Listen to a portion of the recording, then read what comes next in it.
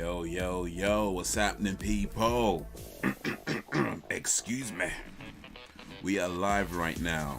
Live from the village right now. It is 3 minutes past 9 p.m. right now on the 28th of March, 2022 right now. We're in London, England right now. About to kick off movie night right now. There's been a lot happening today right now. Well, not even a lot, just one big thing happening that happened today right now. Let's talk about that right now. Let me switch over to this screen right now. How's everybody doing? Sam's in the house. Alan Evans in the house. Beat your Alan in your face. How's it going today? I'm first again, Sam. Maybe you came in at approximately the same time.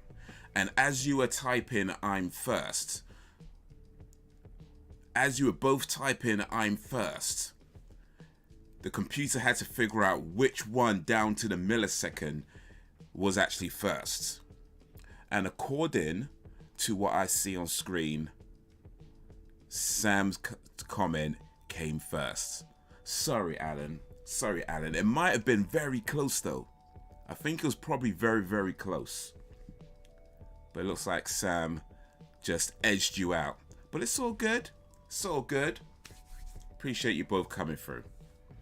We're both here at the same time. But how's y'all doing? How's y'all doing today?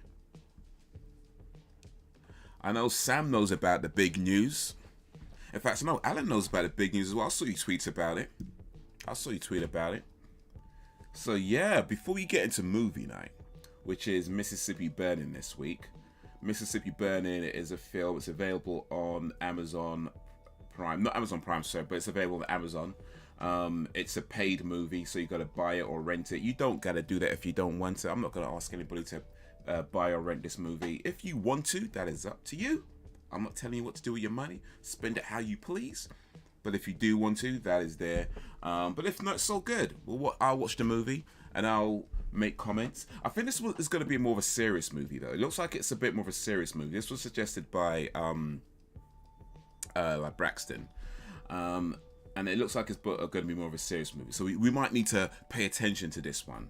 But I guess it's based on a true story. It says the summer of 1964, two FBI agents, one a type George by the book type, the other an experienced Southern lawman who knows how to handle people. So yeah, this one's more of a serious movie, I think. But yeah, either way, we're going to have some fun. But yeah. I feel as though I should get a trophy.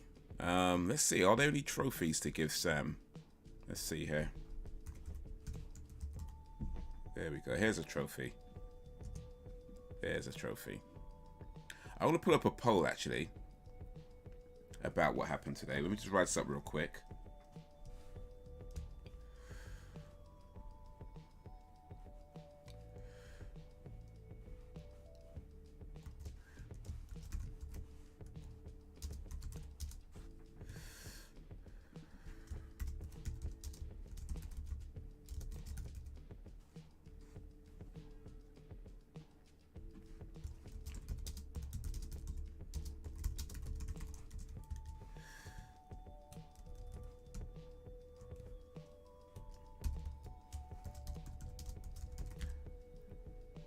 Alright, let me put this up. There we go. That's going to be the poll for today. Who was in the right? Chris Rock or Will Smith? That's going to be the poll for today. That should be coming up in a moment or two. I saw that Will Smith got his Muhammad Ali on at the Oscars. Yeah. He slapped Chris Rock over a joke. And you know what? I've seen a lot of different opinions on it, a lot of different takes on it. I have my own thoughts and opinions on it, but I've seen a lot of different takes, and I would say that there are definitely some valid points that a lot of people are making. That being said, I do feel like a lot of people are trying to turn this into something that it isn't. You know what I mean? Because I've seen a lot of people talk about it being a race thing, a race issue. And yo, Wagwan Frozen G. And although I'm not the one to diminish race problems, and I ain't gonna pretend like race doesn't factor into a lot of different things, whether directly or indirectly. I don't think this is it. I don't think this is it. I don't think this is what that is. Now, there may be connections to race-related problems. Like, I know I've heard people talk about black women and hair, and the history of hair discrimination, in particular with black women. And I try to deny that. I'm not trying to deny that at all, because yeah, that happens. But I don't think that's what this is. You know what I mean? I'm not saying that doesn't happen. I'm saying I don't think that's what this was. I don't think that's what this was. This was not a race thing. This was, I think, an ego thing. Possibly, like Sam was saying in the earlier about being a toxic thing. Possibly that. But I don't think this was a race thing. I think the race stuff is a conversation to be had, certainly. But I don't think this is it. I don't think that's what this is. How you doing, Frozen G? Been a while. I think I've seen you in the chat, actually. How you been? I also smacked that joke out of Chris Rock. It was crazy, though, because, like, he hit him, and it looked, from where I was sitting, like Will put some force into that smack. Like, he looked like he wasn't pulling that punch. It looks like Will gave him as hard a punch as he could in that moment. But the truth is, Chris Rock, a skinny comedian with no fight experience, took it and smiled. So either Chris Rock is a lot tougher than we might think he is, or Will Smith ain't as tough as we might think he is. Just saying. He might have played Ali, but he ain't Ali. You know what I'm saying? He might have played Deadshot, but he ain't Deadshot. He might have played Mike Lowry, but he ain't Mike Lowry.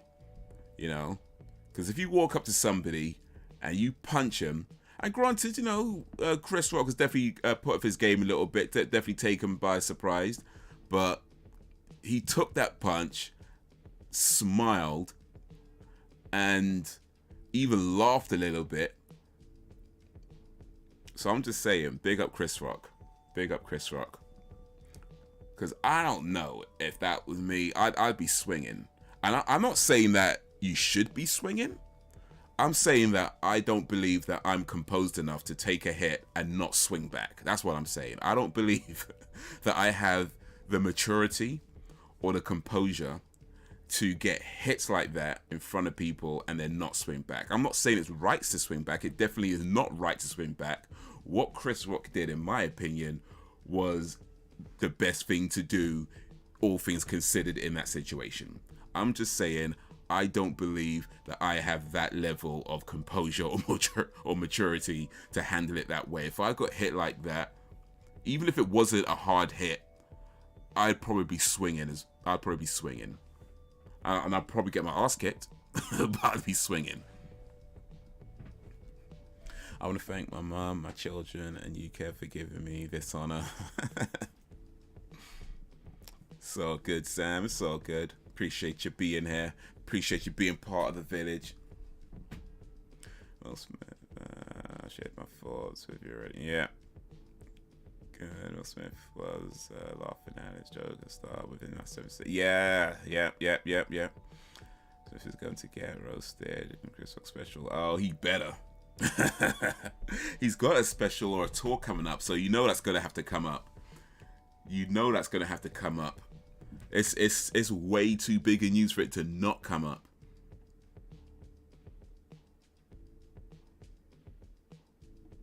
I don't think about the joke. Feels more going on. Yeah. Had a delayed reaction. I mean, to be fair, it's possible. I know. I've seen a lot of people say something like, Jada gave him that look and that's when he turned. Maybe. I mean, yeah, she did kind of give him a look, but maybe that could be it. But it could be also that, sometimes, because let's be honest, that Will Smith has been like the receiving end of a lot of jokes over the past, for years really, and certainly more so over the last few years. Like, Will Smith has been at the butt end of a lot of jokes, and more so over the last few years. So it's definitely possible that there was a initial laugh, and then in a moment of, you know what, I ain't gonna take this no more. You know what I mean? It's definitely, I feel like it's possible that he just had that moment of, nah, I'm not taking this no more, and got up and hit him. You know, the straw that broke the camel's back, so to speak. I think that's an absolute possibility. Well, absolute. Let me not use that word. That doesn't make sense, because if I'm talking about possibilities, we can't be talking about absolutes. But I think that is a possibility, that he just had a moment of, nah, I'm just not doing no more. And I understand that. I could definitely understand being frustrated and being in the moment and making a bad decision. I think we've all done that at some point or other, where we just haven't made the best decision in that moment, especially when you're emotionally charged, especially when, whether you're angry, you're pissed off, you're frustrated, any kind of, you know, high level emotion involved. We've been there where something's happened and we just didn't handle it well because of that. I get that. I understand that. However, that don't justify it. That don't justify it. Had a delayed reaction. He's convenience his job. Yeah, the joke, honestly, the joke weren't that bad. Like, I don't know how you could take that joke as an insult. Like, there was nothing insulting about that joke at all. And yeah, I get that she's got alopecia. I get that there's a history of black women and hair discrimination. But that joke was tame. You know, that joke was tame. Mate, the things like Chris Rock could have said. Mate, the things that he could have said. That joke was tame.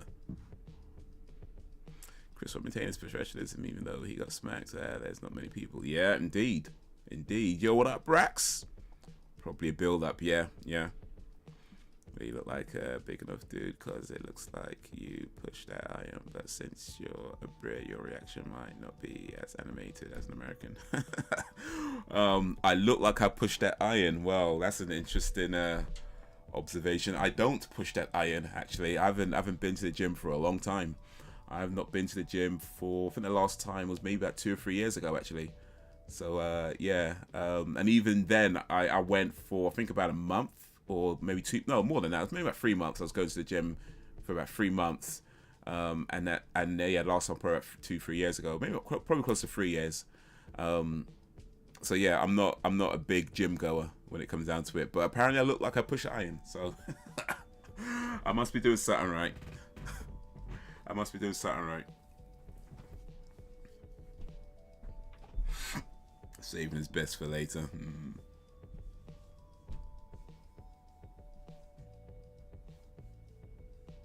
You'll see good open palm smacking this movie too. Ooh, okay.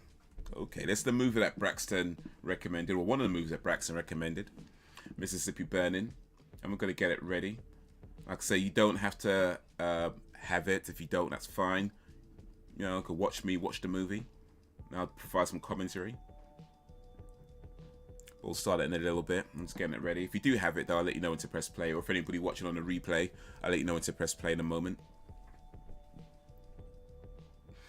I have mental health issues. Mental health jokes don't affect me. You know why? Because my head isn't up my own ass. People need to laugh at themselves. Exactly. You know, I have a... I guess it's kind of... I don't know if it's a theory. Maybe it is a theory. I don't know. But it's just it's a thought that I have more. I guess it's a thought. Let's call it a thought. I'm not pompous enough to use the word theory. So let me just say it's a thought that I have. But over the last, I guess, maybe year, 2 years or so, I've kind of come to feel like if somebody makes a joke at your expense, right? Now, there are exceptions, like, because some jokes definitely are really, really mean-spirited. Like, I get that. I ain't talking about those kind of jokes. I ain't talking about jokes where somebody is just actually just being rude. I don't mean that. But if somebody makes, say, like a pretty light joke at your expense, and you find yourself in a position where you just can't take the joke, or you just can't laugh at yourself in those moments, then I think it's a you problem. You know what I mean? I feel like that's a you problem. You know, like if somebody makes it, especially when it's like, bro, Smith came up through comedy.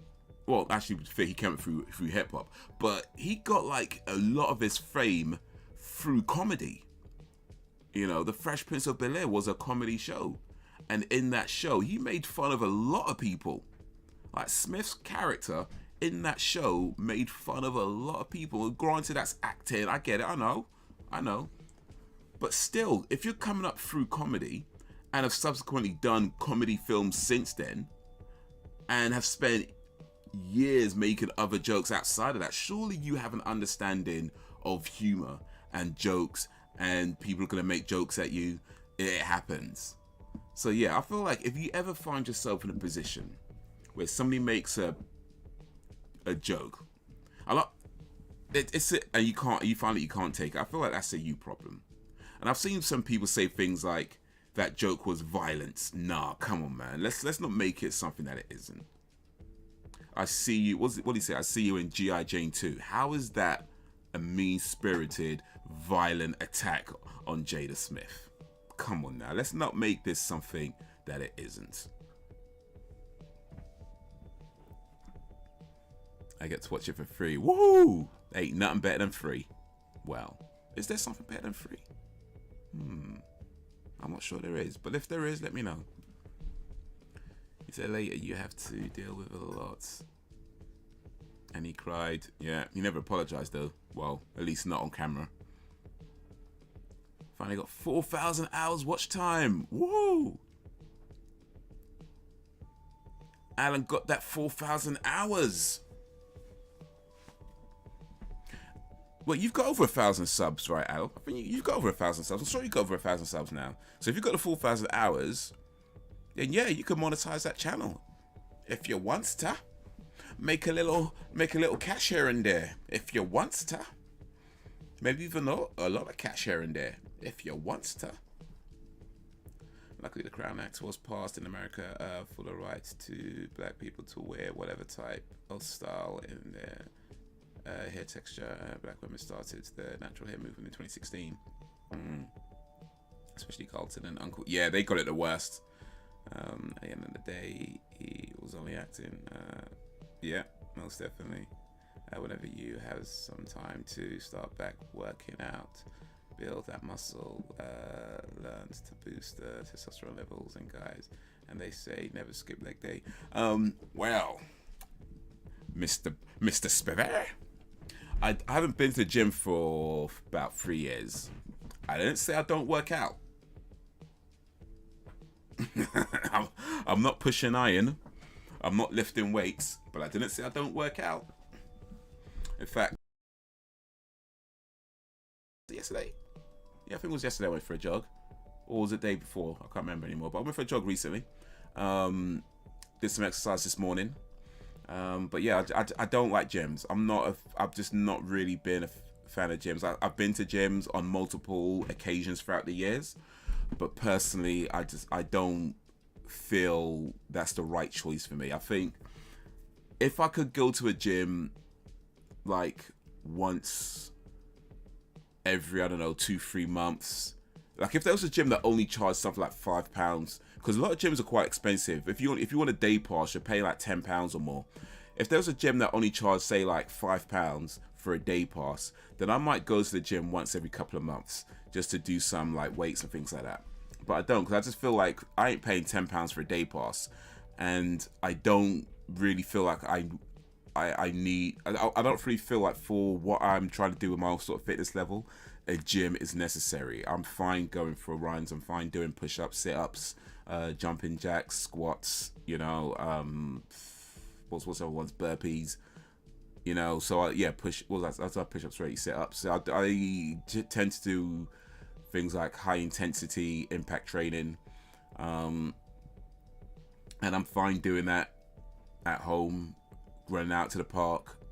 So yeah, I don't feel like I need a gym. I don't hate gyms, but I don't feel like I need a gym. And like I say, if there was one that only charged a £5 for a day pass, I might go every couple of months. But since they all want to charge like £10 or whatever, or some crap like that, it's like, nah, allow it, man. I ain't paying on £10 for a day pass. It's dumb. Well, it's not dumb, but for me, I just feel like it's not worth it. I only got 6 or 5 subs at the moment. Oh, okay. I see. Ashi. Well, 400 more, and you're off to the races. Well, 395 more, really. Also, people has to keep in mind that Chris Rock is a comedian, and in the comedy world, nothing and no one is off limits. As I watch other people's reactions, their opinions on the night. Yeah. I look at a gym and think, screw it, I'll go for donuts head. Yeah. I could have a 6-pack, but I'd rather a 6-pack of donuts. But sure, I mean, I would say that I don't believe being a comedian gives you, I don't believe it exempts you from criticism. I don't believe being a comedian is a license to just be insulting. So I generally don't go with the, oh, it's just a joke kind of line. That being said, yes, and I do agree with what you just said, Brax, that, you know, you're making jokes, that's what you do. You make fun of things. The whole night is kind of done that way. Like the Oscars for years have done it that way, where people just kind of make fun of celebrities and that kind of thing, you know. And there was plenty of celebrities getting made fun of that night. You know, there's plenty of celebrities getting made fun of that night. So it's like, what's so special about you that people can't make jokes? You know what I mean? What's so special about Will Smith and Jada that people can't make jokes? Got some weights at home, so I don't need a gym. Wow.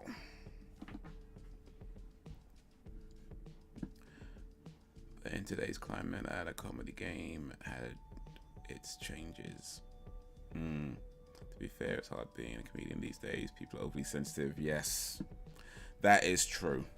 That is true. Good thing there's still some comedians out there that just don't give a what. just a few, but dying breed, man. All right, so I'm gonna press play on this movie. This is Mississippi Burning. I'm gonna press play. This is a 2 hours and 6 minute and 52-second movie. So if you got it ready, for those who might have it, or anybody watching this on a replay, if you wanna get ready, and I'm gonna count down from 3. Well, it's gonna be 3, 2, 1, then play. So 3, 2, 1, play. Oh, and let me switch off to this screen as well. There we go. There we go.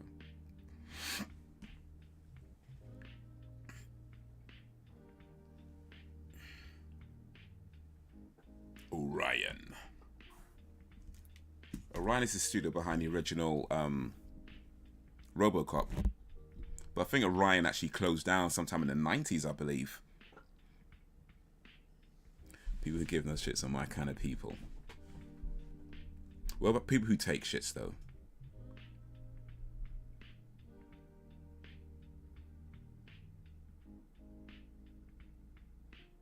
Because maybe I don't give no shits, but I might take some shits. In fact, why is it called taking a shit where you don't actually take a shit? You leave a shit.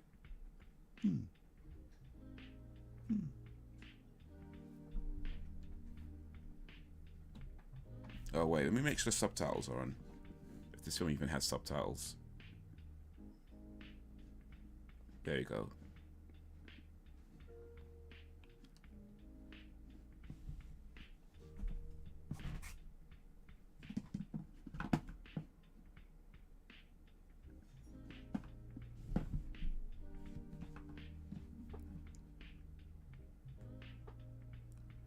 Will this mean Will Smith will get cancelled now?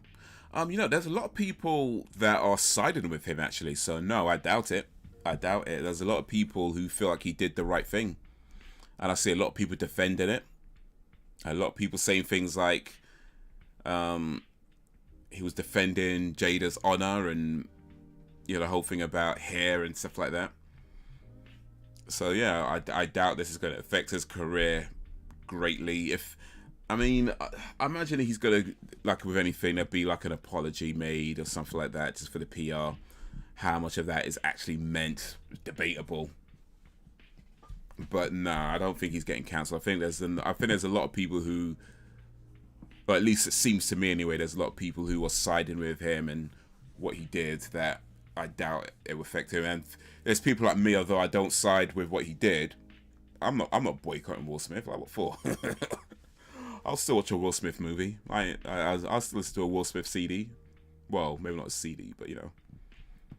So yeah, there's people who side with him. Then there's people who like just don't do that kind of cancel stuff anyway.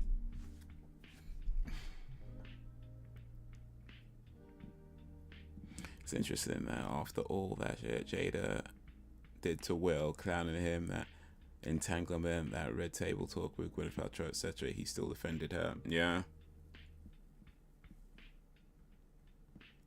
I mean, I ain't the one to judge, because at the end of the day, each to their own, and I don't kink shame. You know, I don't do that. I don't judge, I don't kink shame. At least I try not to judge, and I try not to kink shame. I mean, let me say it that way. I'm human. Maybe sometimes I make mistakes, but I try not to judge. I try not to kink shame. Each to their own, all that. I'm just saying. How is it that you're okay with the whole open relationship thing, right? And if you're okay with it, like I say, I don't judge. That's you. That's you. Some people do that. It's your business. I'm not saying it's bad. I'm not saying it's wrong. I'm saying that's your business. I'm just asking a question. How is it that you're okay with your wife doing a whole open relationship thing, but somebody makes a joke about her hair and that's a problem? You know what I mean? The math ain't mathing. You know what I'm saying?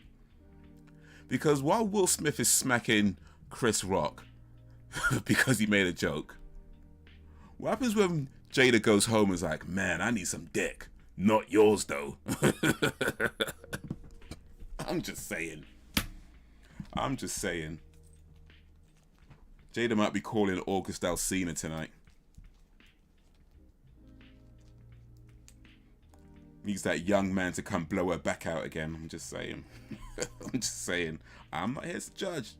Just asking the question.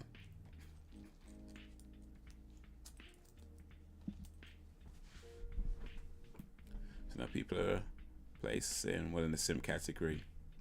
Well, that's probably part of it, really. I think because it sounds better than saying I need to leave. Well, we all thought. It's just something that don't stick. Yeah. 100.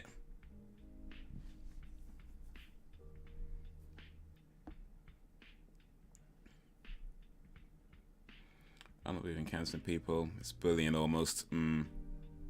It's just not necessary in the end. I mean, I ain't saying you gotta watch people's stuff if you. I mean, if you don't want to watch it, you don't want to watch it. It's all good, but the whole kind of you're cancelled. Yeah.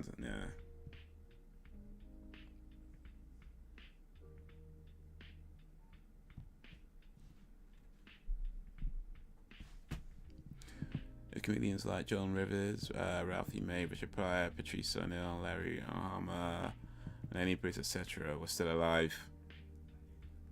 Like I was saying, the things Chris Rock could have said, the things, I ain't no professional comedian.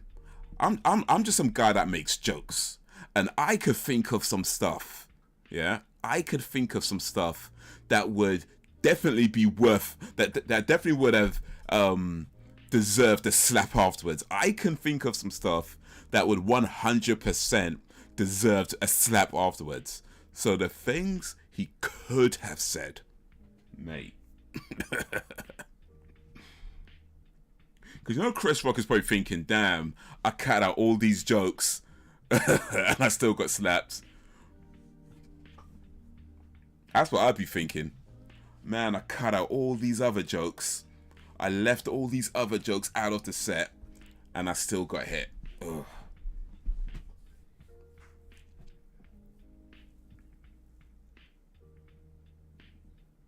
Bull didn't look okay about entanglement. He looked broken.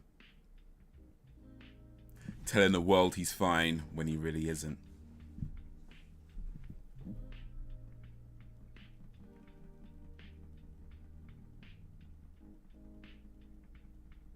Mine is like roses. Does that mean it scratches on the way out though? Because you know roses have thorns. It means every time you take a shit, you just bleeding out of your anus afterwards. I'm not sure that's a good thing, Alan. I'm not sure that's a good thing.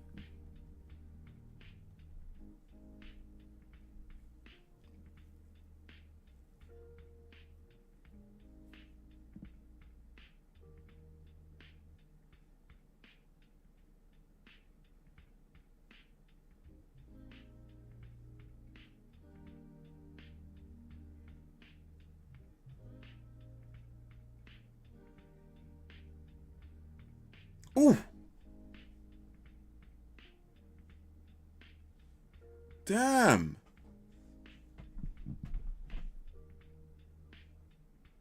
Damn. Yo, Brax, he said it was a true story, right? I mean, I can believe that can happen, by the way, but mate.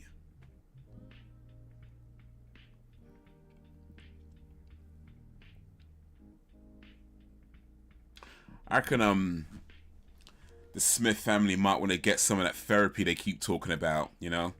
All that red table talk. Talk about your feelings. Talk about your issues. Talk things through. It's not you and versus me. It's you and I versus the problem. They might want to take their own advice. You know what I'm saying? That's why you can't put these celebrities on any kind of pedestal, because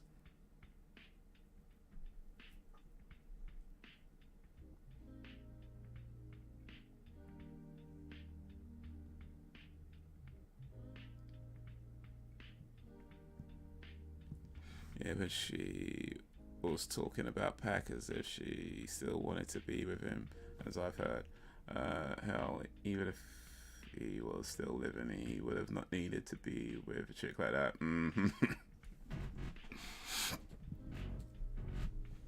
Left that ass a long time ago.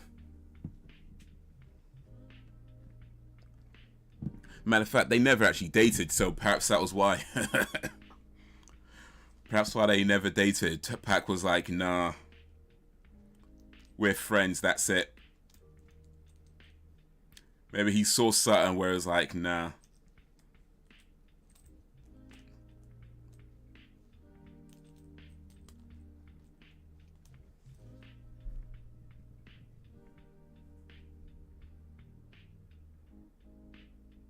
So I've had a curry, and then it's like a mustard cloud. It smells like roses. I don't deposit them. Tupac always had a thing for Jada. You know, I reckon Jada probably had a thing for Tupac. I'm not sure Tupac had a thing for Jada. I mean, maybe I'm wrong. Maybe I'm wrong.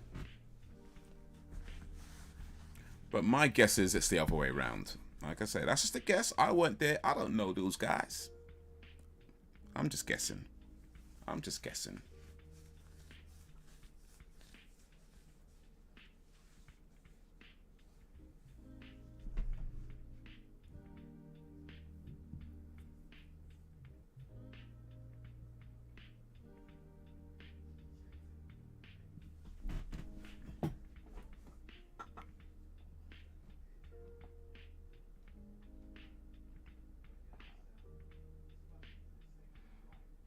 Fingers friends.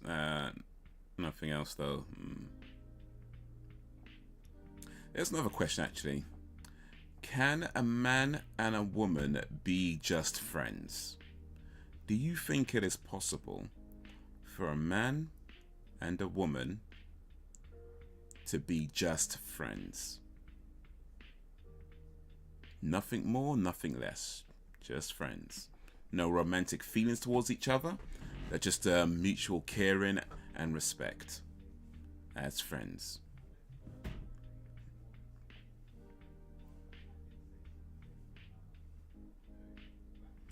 So woman victim mentality is boring. I really feel for men at times. Women can be way more toxic than men, but we are not ready for that conversation. Also, this kind of ties into that whole what do they call it? Misogynistic chivalry. I think that's what it's called. I think that's what it's called. Misogynistic chivalry or something along those lines. But yeah, just the general idea that though we talk about, you know, defending the woman's honor and protecting women and stuff like that. It sounds chivalrous, but it's really coming from a place of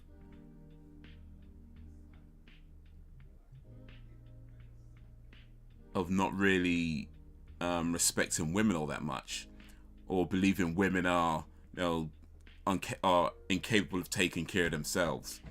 You know, a woman can't speak for herself, so a man has to defend her honor. You know. Meanwhile, it's supposed to be men and women are equal. So which is it? Which is it?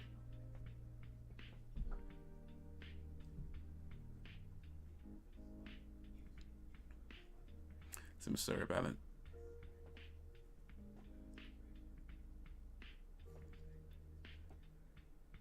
Some story about two northern or east coast white guys on one black guy. Mississippi may be true, but not the rest of the movie.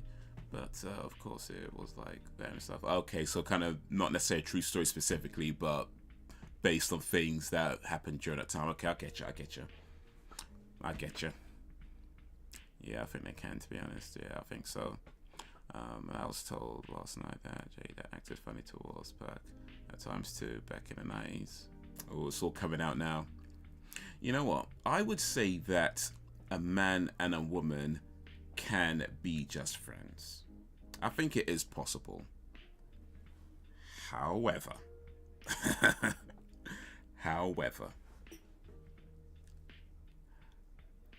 I reckon most cases of a guy and a girl hanging out with each other on a very regular basis, in most of those cases, you'll find one of them fancies the other one. I'm not saying in every single case, because like I said, it is possible.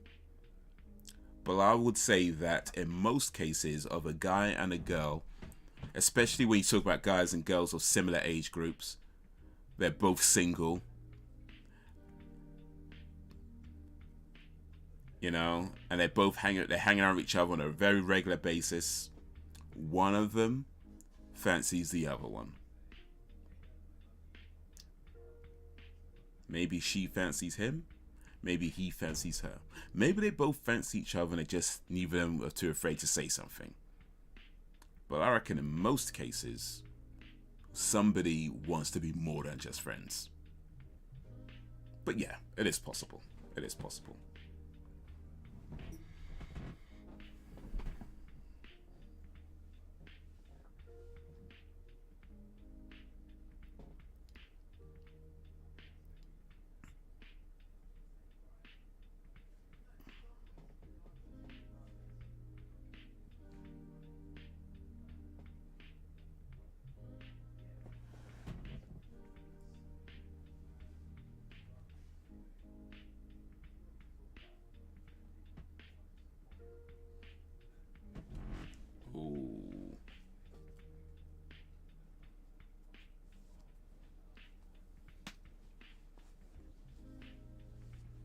That's gonna turn some. Oh yeah, turn some heads.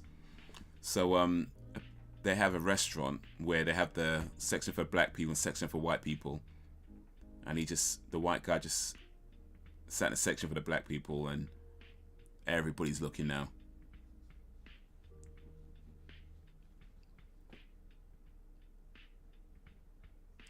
People don't want equality. People say they want equality, but then want to take it too far. I, however, see us as equal. That's why I don't get involved in all the movements.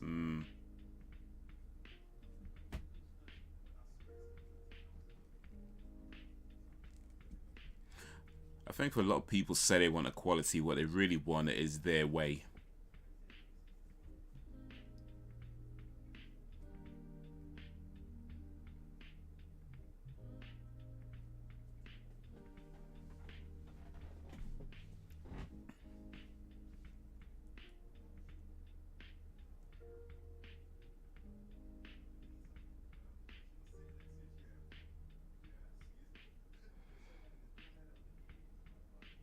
Also heard that Snoop Dogg now owns Death Row Records. I bet Suge Knight must be peed off about that.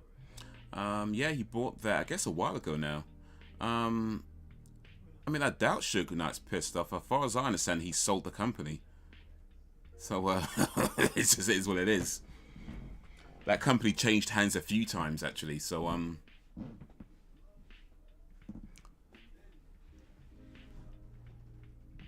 not sure what Snoop Dogg bought it for, but I'm guessing he got a pretty decent deal.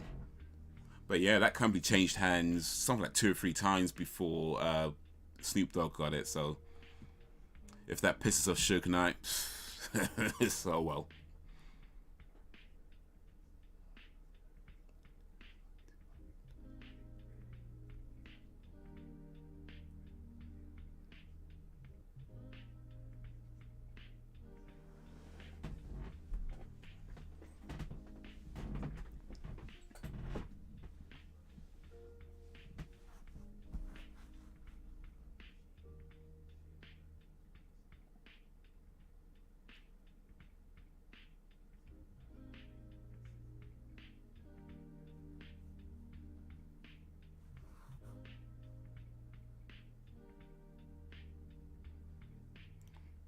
Whoever does the makeup in this movie is like crazy good, because that guy looked like he was really sick.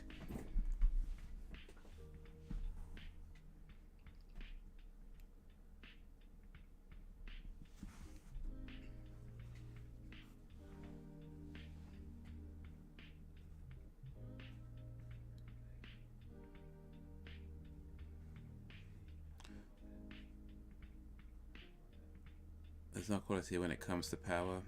That's what them broads want is power. Their quality has been a huge smoke screen, so they can attempt to make their moves. If people really saw each other as equals, they would, need for all these different movements. I think something else is going on, a bigger agenda. That's just me, though. Yeah, it could be. I think what it, yeah.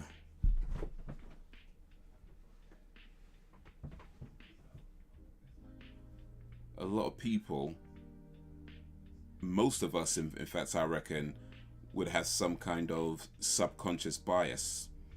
And that's like a relatively natural thing, especially considering the society that we live in.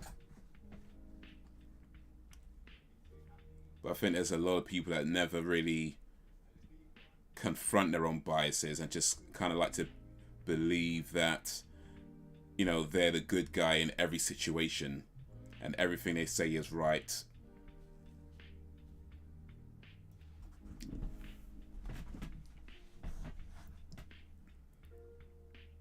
Therefore Records was the first label Snoop was signed to. Now Snoop owns it, yeah. Death Row is the label that pays me.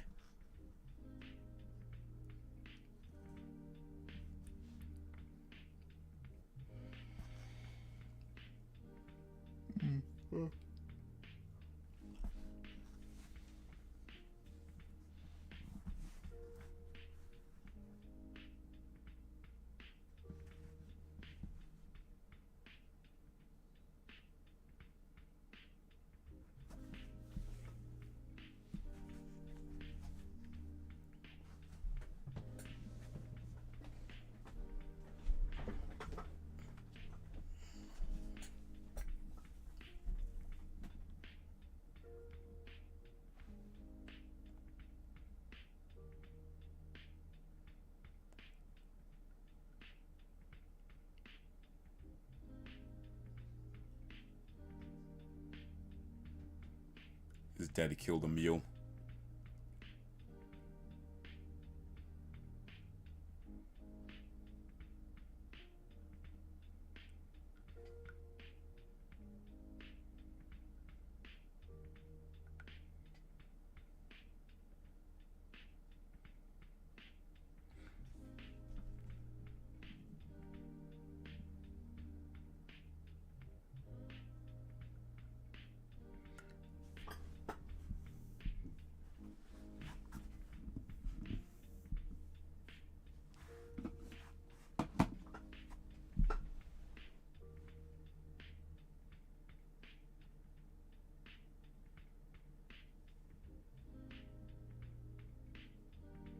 So far, it's 100% in favor of Chris Rock.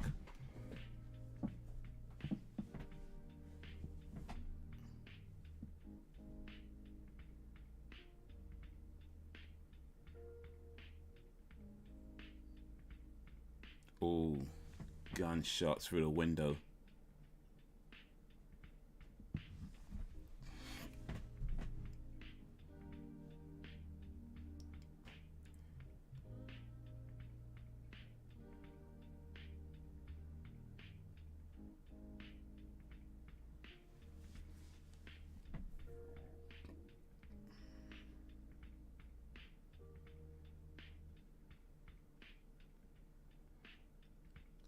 Built to what unconscious biases, though. It's mainly tugs at black and white. Everything I raise has an unconscious bias. It's definitely not a black and white thing. Everyone needs to check themselves. Oh, 100%, definitely. Definitely. We all have some kind of unconscious bias. Whether that's race-related, gender-related, you know, all kinds of things related. And yeah, nobody's immune to it. Absolutely. I don't think, well, maybe, let me stop saying absolutely. But still, I don't believe anybody's immune to having an unconscious bias. And I think that's one of the reasons why, yeah, like you said, we need to constantly be checking ourselves. You know, be willing to listen, be willing to learn, and be willing to accept that you might have gotten something wrong, you know, that you don't know everything. And that, you know, the things you say might be worse, might not be so bad in your mind, but maybe really bad in someone else's mind.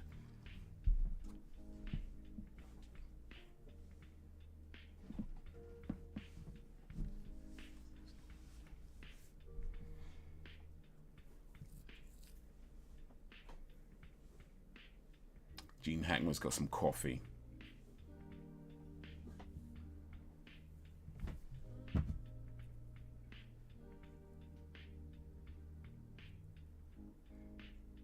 $75 a month.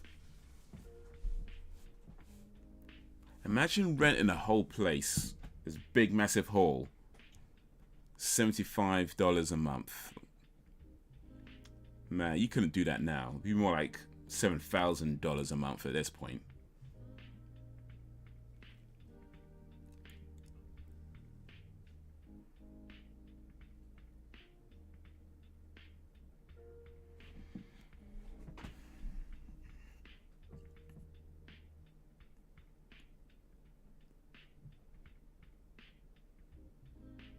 Oh, mate. What did they do to him? Put this kid in a cage?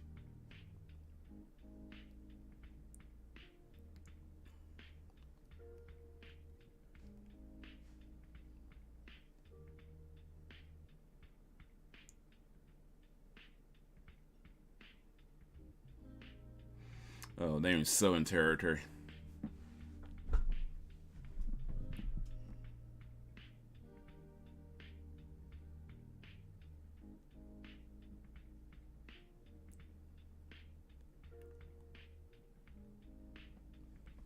Man, Willem Dafoe, the Green Goblin himself, is in this movie. This could be his origin story.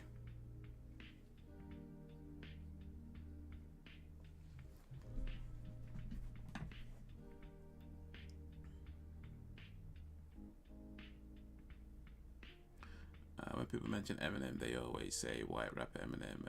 They don't just say rapper Eminem. They always have to mention his skin color. Every time I'm like, why do you have to keep doing that? Interesting. Interesting. Because I find that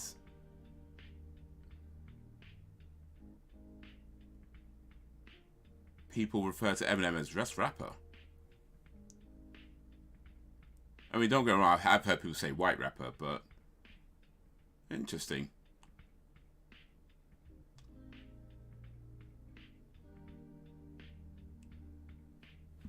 I guess there's a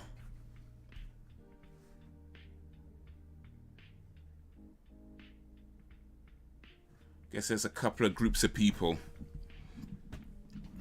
And you and I might be coming in contact with different groups.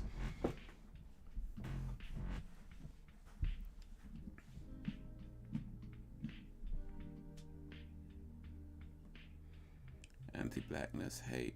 I mean, the thing is, you can't really say white rapper anymore. I mean, well, you can say it, but it wouldn't make a whole lot of sense to refer to someone as a white rapper because there's loads of white rappers at this point. You know, it's not like back in the day when it was like, I don't know, 3. You know, now there's loads. Like, whatever, white rappers, like, so.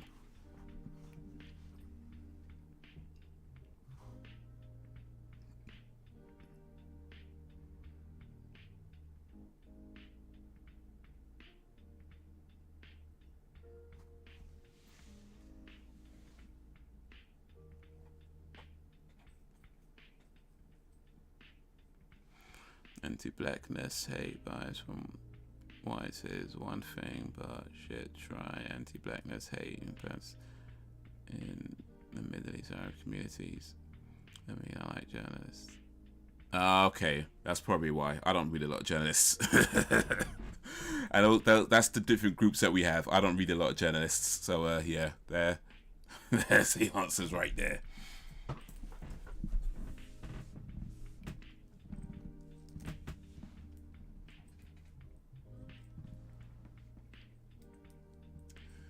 Yeah, no, there's a lot of anti-blackness in different communities across the world, and yeah.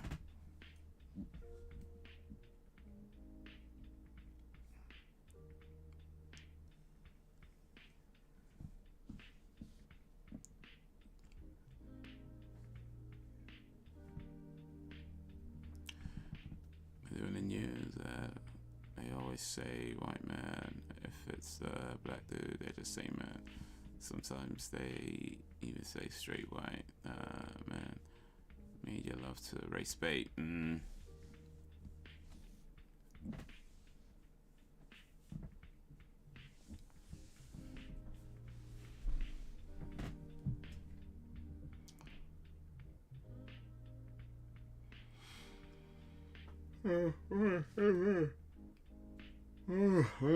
Oof. Yeah, media love to do stuff like that because they know it gets clicks and views. They don't care if it's true or not. Never let the truth get in the way of a good story, as they say.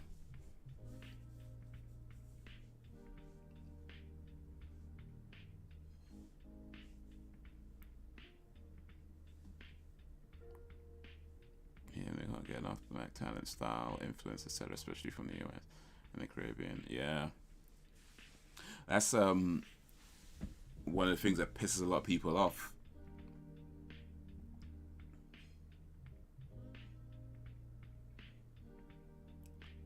That a lot of people want to take part in sort of black culture, but when it comes to helping out with issues that affect black communities, a lot of times those same people stay silent. And it's not my problem anymore, that kind of thing.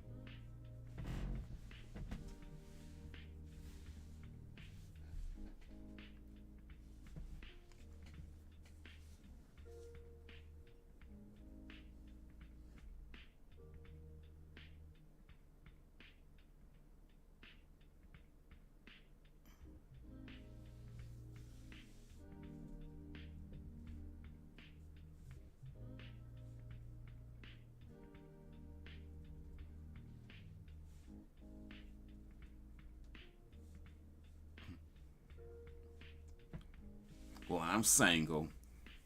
Just put it out there. Hey, shoot your shot, man. Shoot your shot.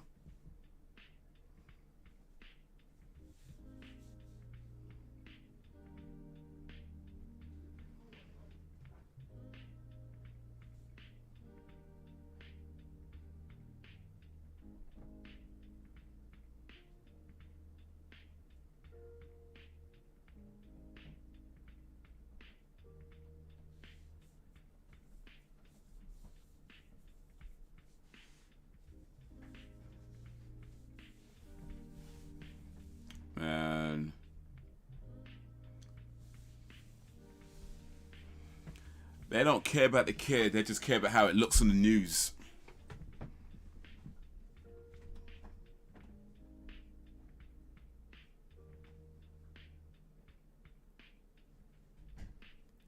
Alright, I can't leave the curiosity of sexual relations, whether it's just a fetish they have or if they genuinely like or surprisingly love blacks.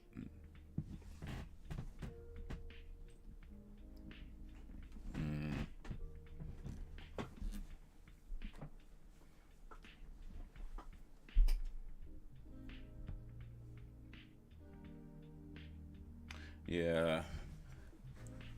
Some people are fiending for that jungle love. They got that jungle fever.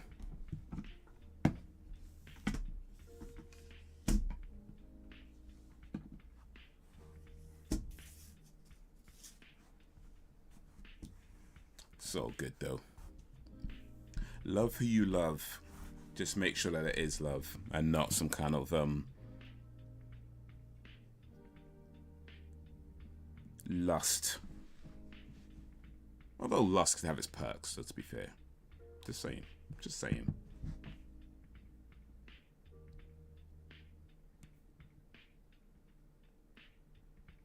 And it's gonna walk out to some wump in their suits. Ow.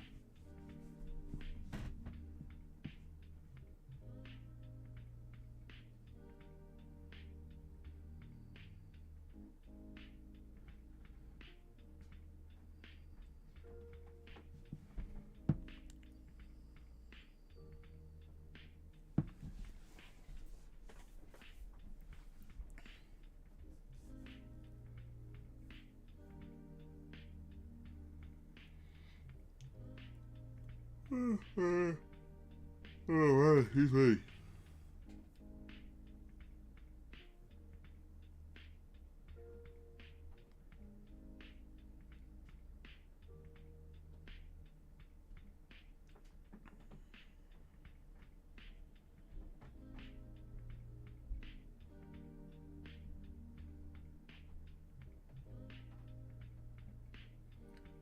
How long have they been there? Because their clothes are dry now.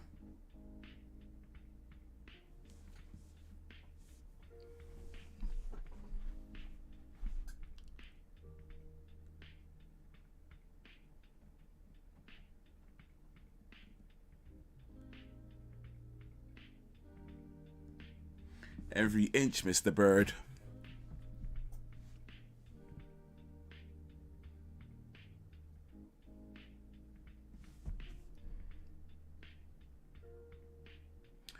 Yo, Triple X, all music. What up, X? How you doing?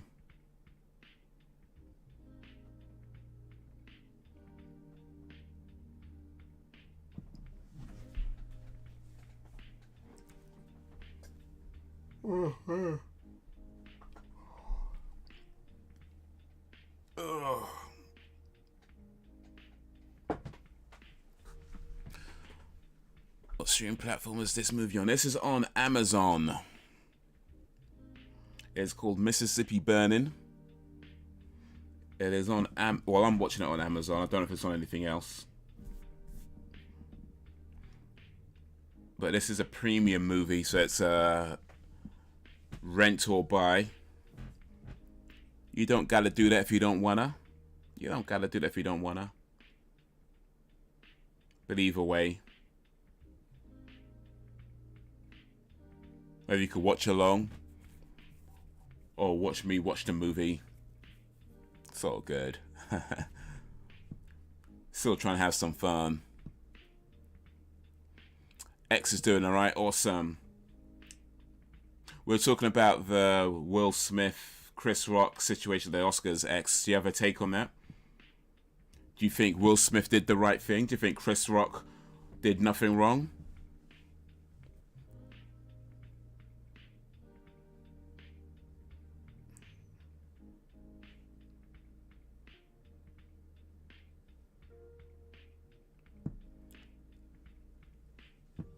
Or do you think something else?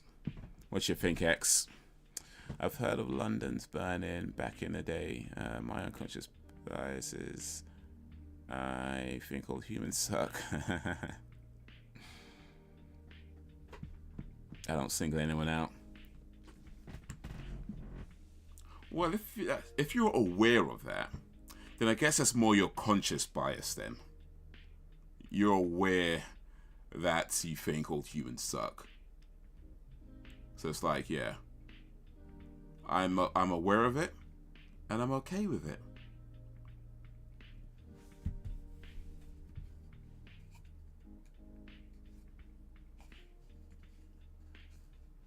Not all humans suck, though. Some just lick the tip.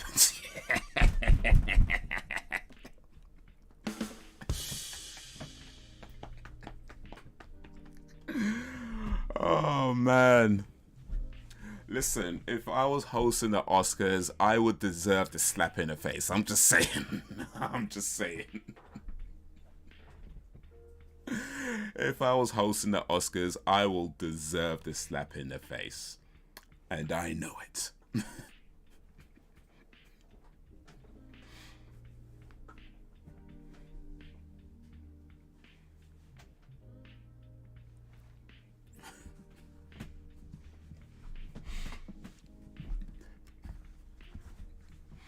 I'm aware, I'm okay with it.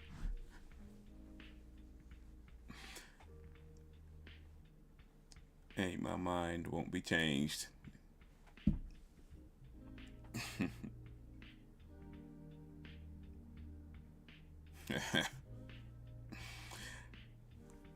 X says, I guess well. Okay.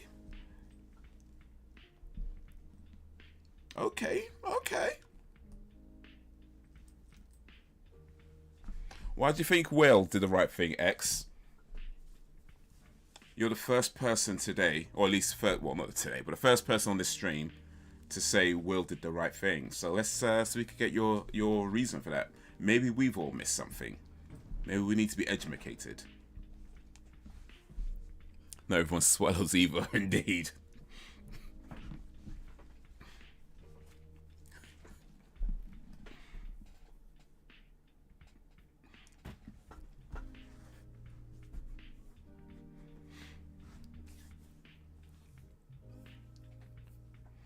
Yeah.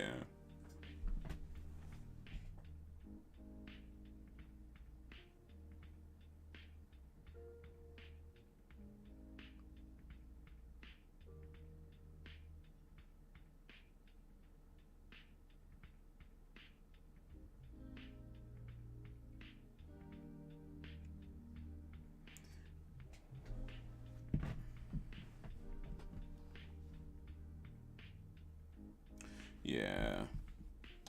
Not all swallow. Some spit. Some gargle their throat with it for a little bit. Swish it around your mouth. Maybe get a toothbrush.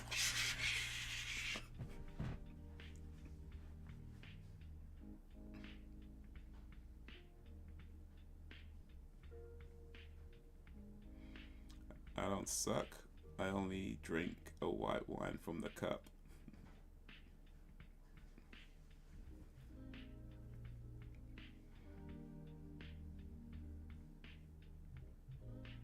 And always remember, ain't what comes out the mouth that makes it filthy. It's what you put in it.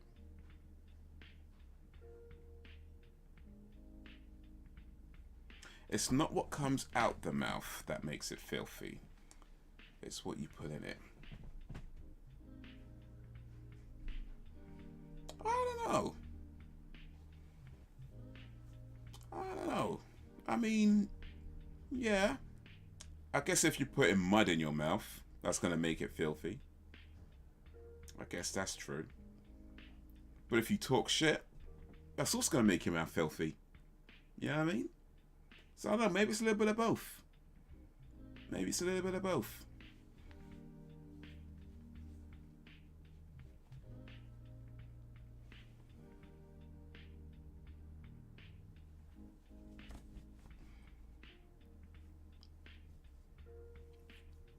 Suppose we're saying that Alan's racist against red wine.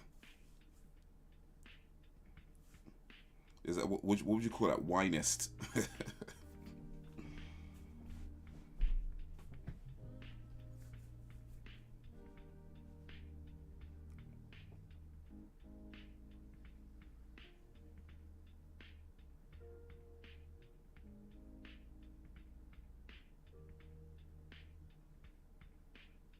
That reminds me of a joke, actually. It's a joke I heard a long time ago. Not my joke, but I think it's pretty funny. What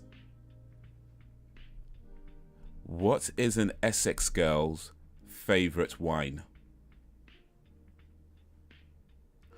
Oh, I want to go to Lakeside.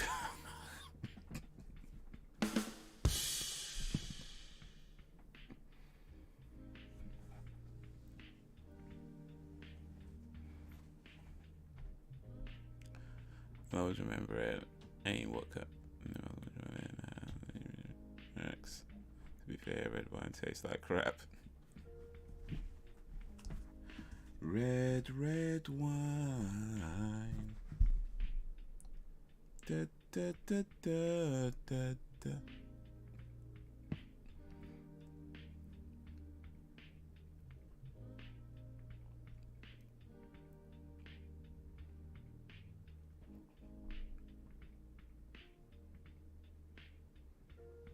Chris Rock might be filing for assault charges, but Covington sure is on Masvidal. Okay. What's Covington and what's Masvidal?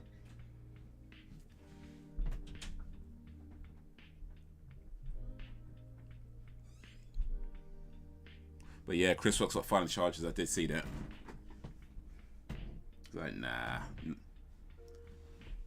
Let me not put a black man in jail. That's what Chris Rock's thinking. Let me not be responsible for putting a black man in jail. We don't need that. Not for this.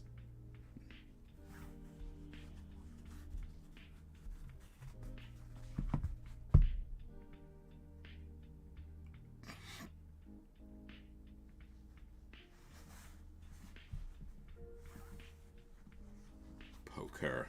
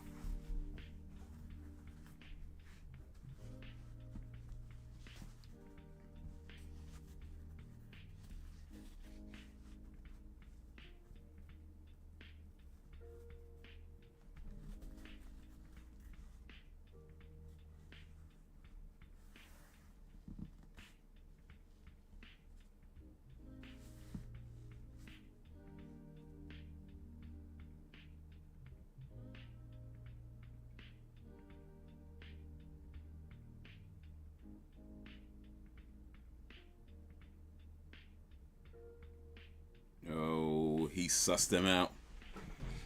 He sussed them out.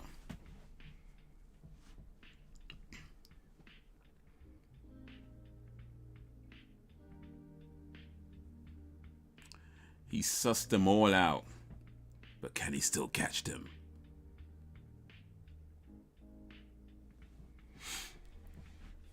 That waits to be seen. Hoagie's place.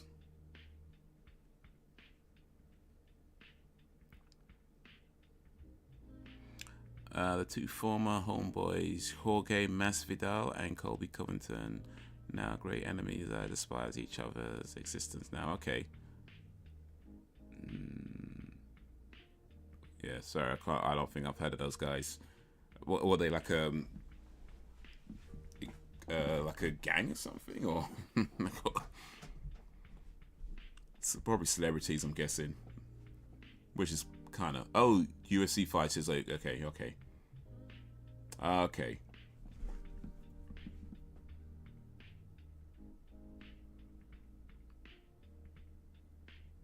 a serious note though, I found out a dude I was with was a racist piece of crap. He'll be long gone. Yeah, I mean, there's certain things you just can't be around, you know?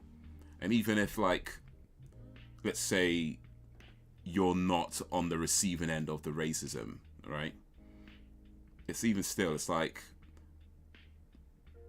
I feel like there's certain things where it's like, nah, a person like that holding hatred towards groups of people based on skin tone or whatever reason, nah. Yeah, celebrity fighters, I say.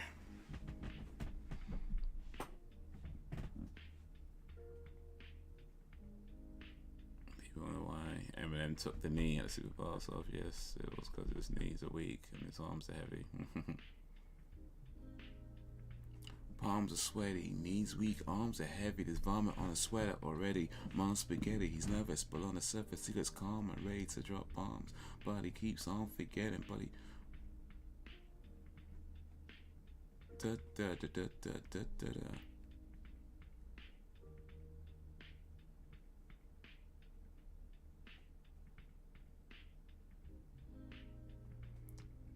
I think he's trying to get a little more than sugar right now, though. He's not really there for the coffee, more for the cookie. You know what I'm saying?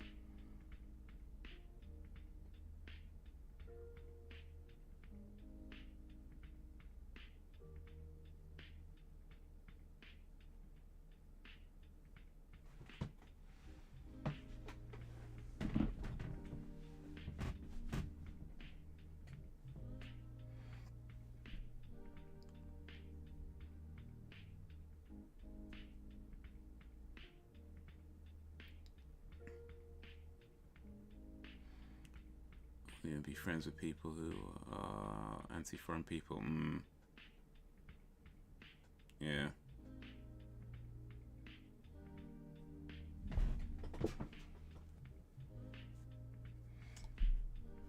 It's a level of hatred you just don't need around.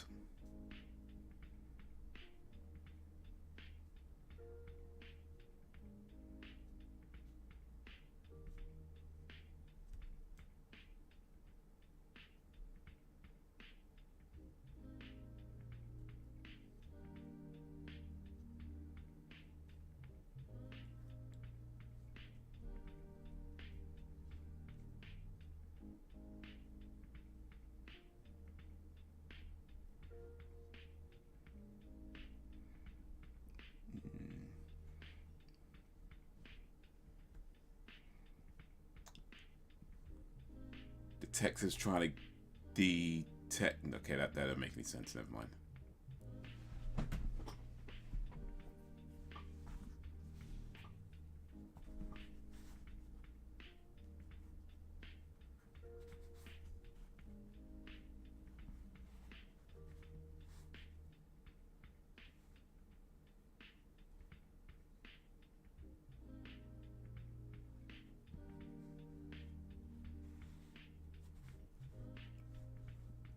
Oh, detective. Is he going to play around her garden? No, maybe not today.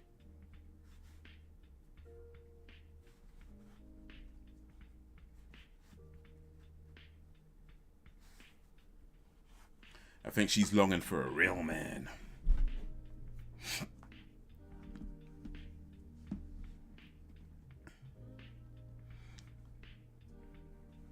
So I don't believe in friends, bro shit, bullshit, especially in fighter world business as well, school, on the job, in daily life, and whatever else, because so-called friends, potential enemies. Well, this is true. You know, a friend is always a potential enemy, but then I guess the opposite is true as well, that an enemy is a potential friend, you know?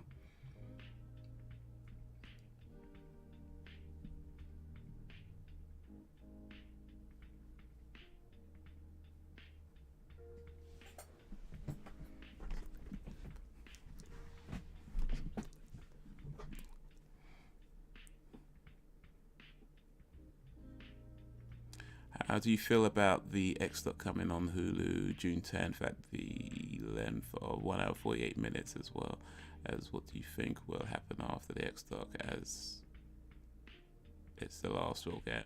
I don't feel no way about it, to be honest. I mean, hour 48 minutes for a documentary sounds pretty standard, I guess. And if it's the last documentary, or maybe just the last documentary for a while, it's all good.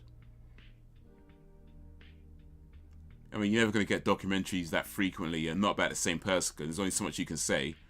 I mean, he died young, so it's like there's only so many bases you can cover. It's like, all right, cool. You got to talk about something else now.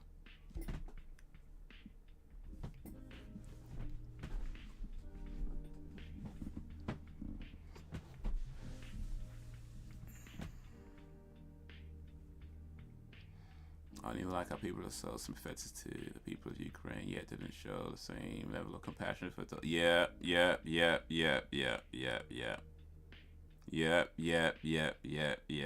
Oh, just kick the kid in the face.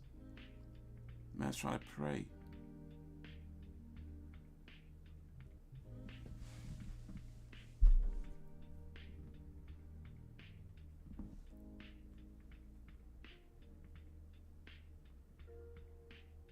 But yeah, that's definitely a thing. Like when Afghan and Syria needed help, nothing.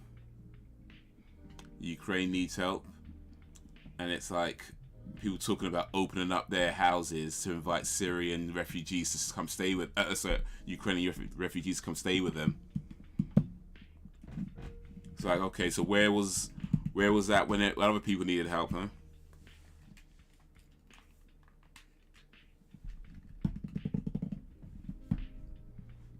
Where was that then? I'm just saying, man. It's like,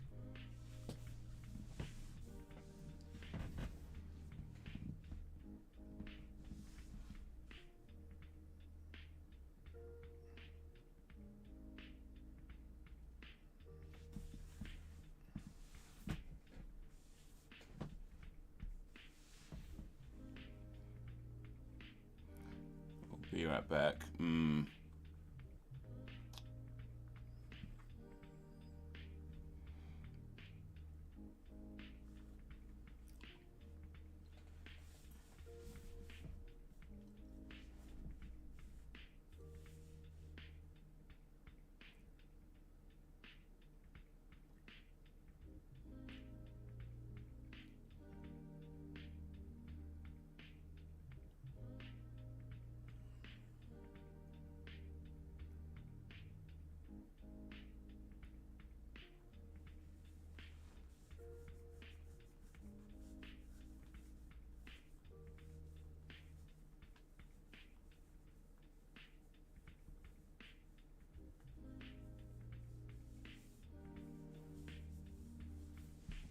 Be right back.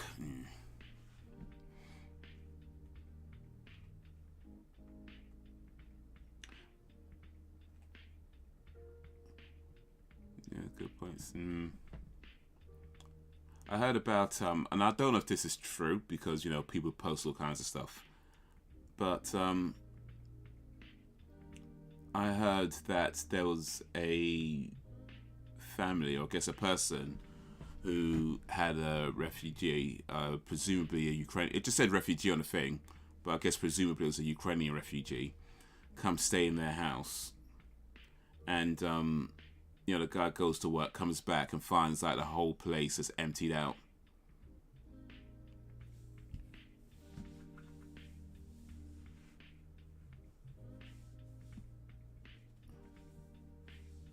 Now, I said, I don't know if that's true. I'd say it's believable, though.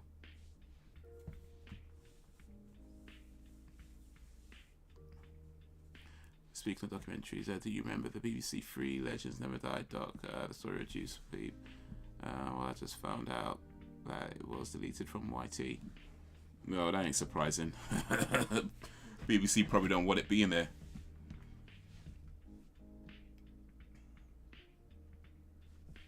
An American.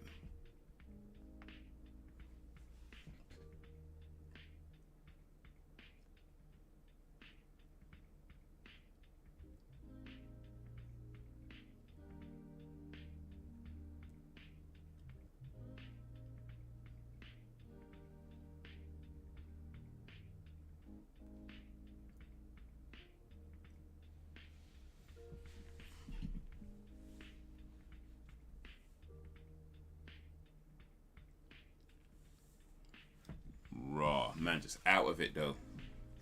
At least he honest though. It's something.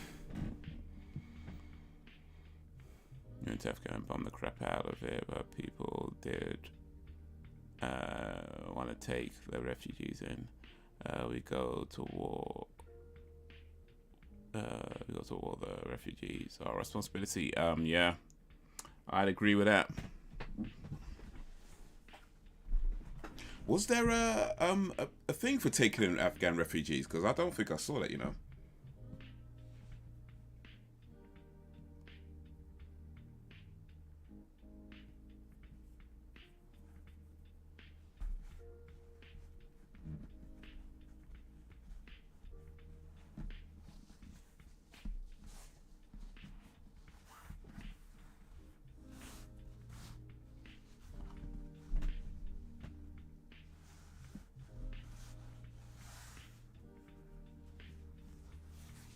I feel like politics does more harm than good, to be honest.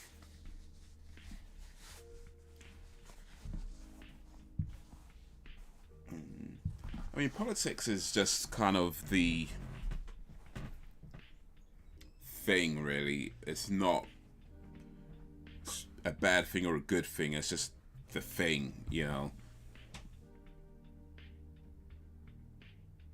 But yeah, politicians, however,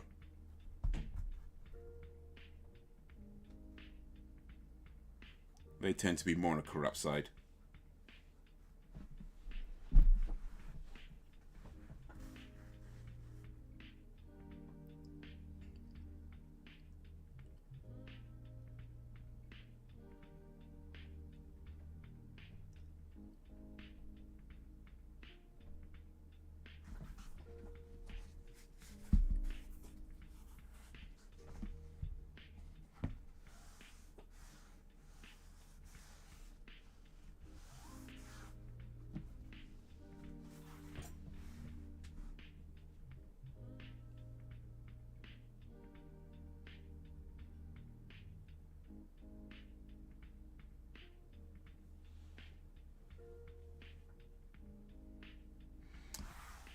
That's Rooker.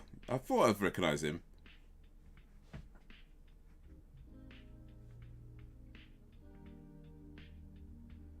That's Michael Rooker.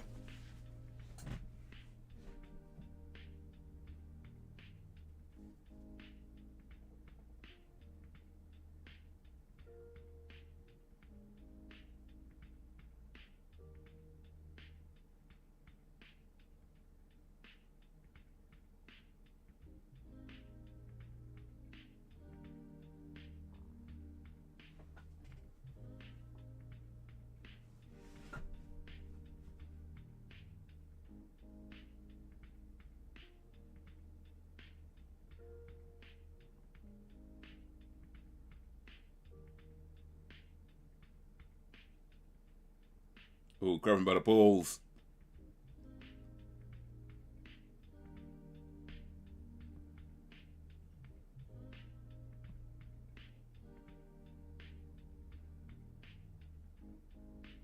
Yeah,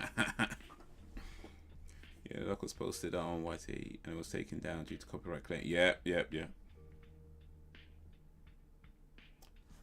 That ain't surprised me.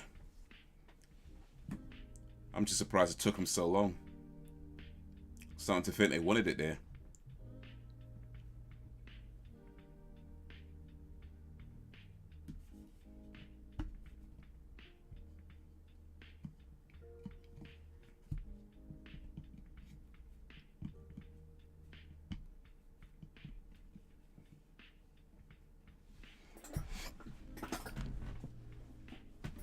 Merle from Walking Dead. Yeah, that's the one.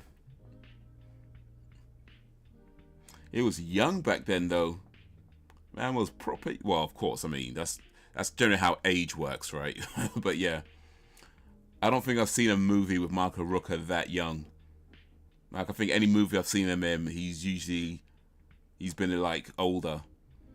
Well, apart from Days of Glory, I think he was young in that. So it's been a while since I've seen a young Michael Rooker.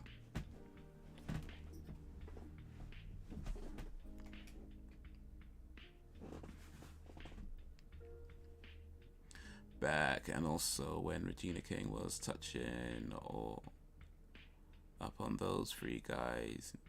Now we already know if it was the other way around in this day and time. Well, indeed.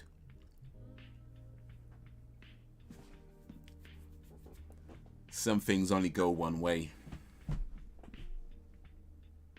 Yeah, well, 1 or 2 months.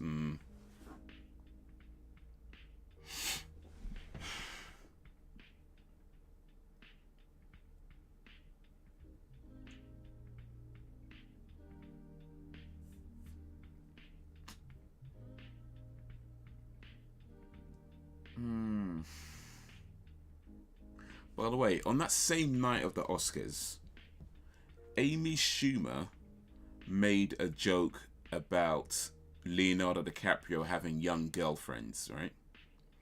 Now, that's not the first time somebody's made a joke about Leonardo DiCaprio having young girlfriends. In fact, it's kind of a thing. It happens a lot.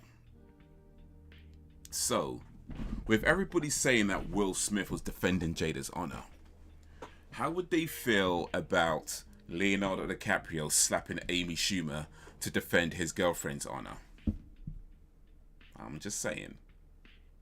I'm just saying.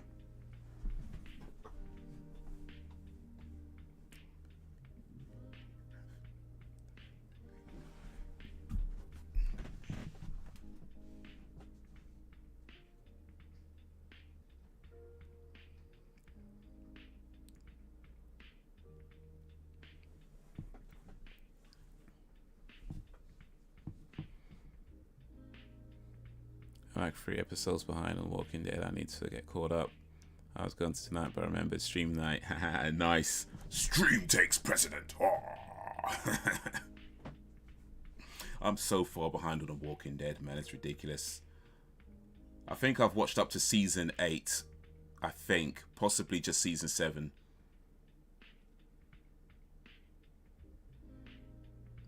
But I know I'm at... There's on, what, season 11 is the latest one now?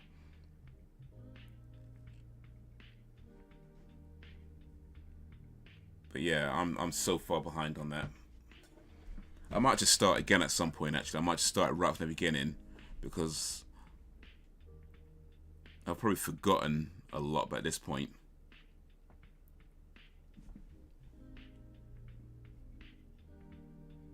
And who knows, maybe we can do a few Walking Dead reactions for the channel.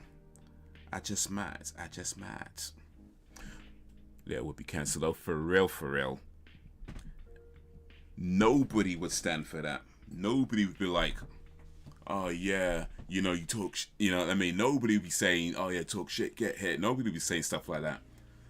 Nobody's saying, oh yeah, you know, she insulted his girlfriend in front of the world and they're sensitive about that sort of... Nobody was saying that.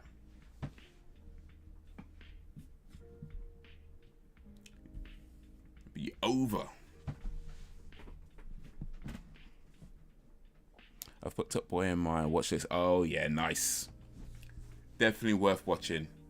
Have you watched any of the Top Boys before, by the way, or is it just this last season you need to get through? Because if you haven't seen them before, that's cool. But watch them all right from the beginning. Top Boy.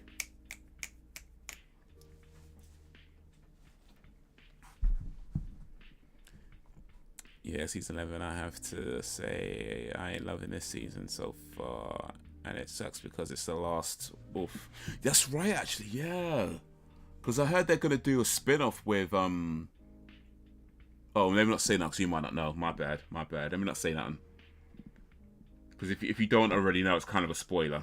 So let me not say anything. But I did hear that a spin-off is coming. So yeah. Let me just leave it there. I'll just leave it there.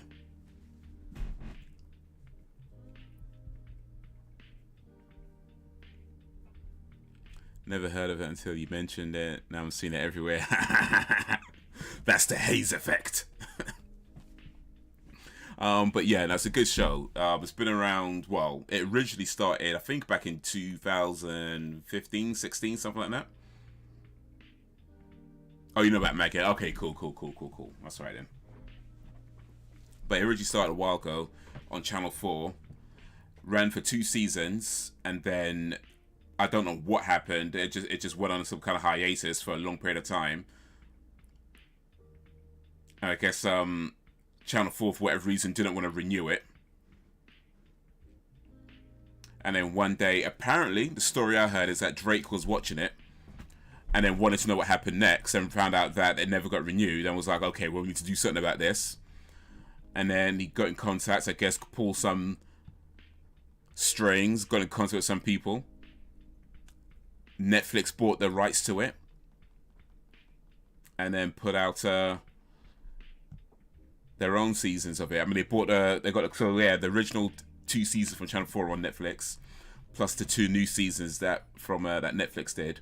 But yeah, the whole thing's just, it's a good show.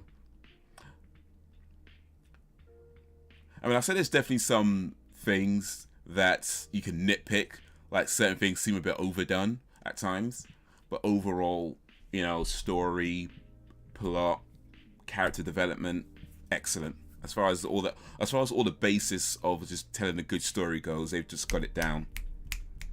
They got it down. Oh man, they shot the killers, left them in the woods. I'll definitely get around to it. Nice. Yeah, a little bit of insight to London life. I'm back, so I had internet issues. Hopefully it'll be okay now. Okay. No need to apologize. It happens. But yeah.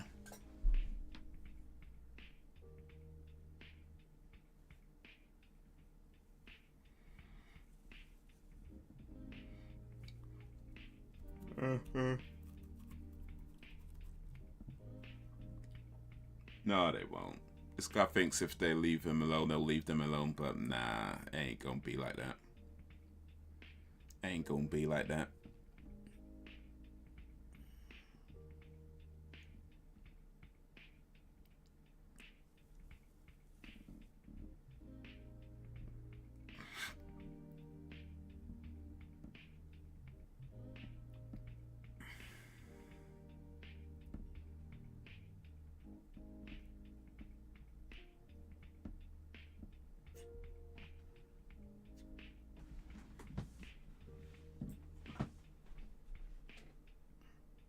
Down here they say rattlesnakes don't commit suicide. Ooh, that's an interesting saying. I might have to use that one of these days.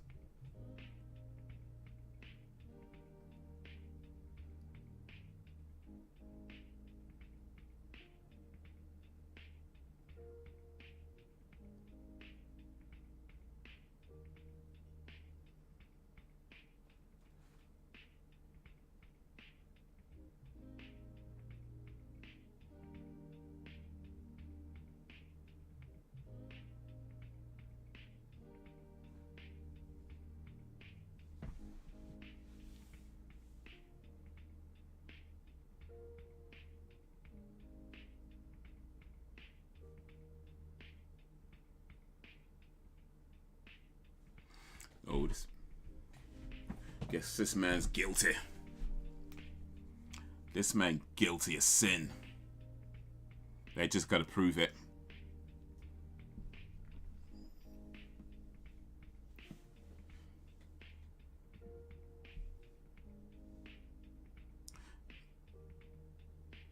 Isn't that Chucky?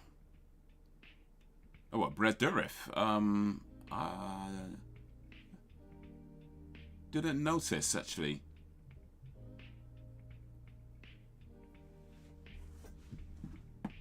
But then again,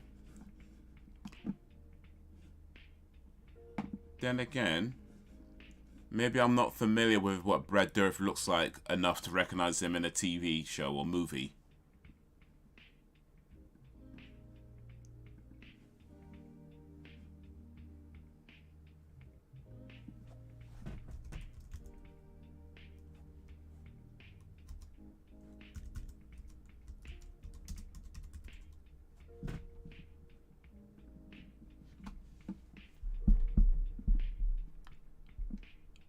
another severe weather system is going to be coming through on Wednesday. Well, it's the season for that south again every year. Then second round is in the fall. Damn, be careful out there, Brax.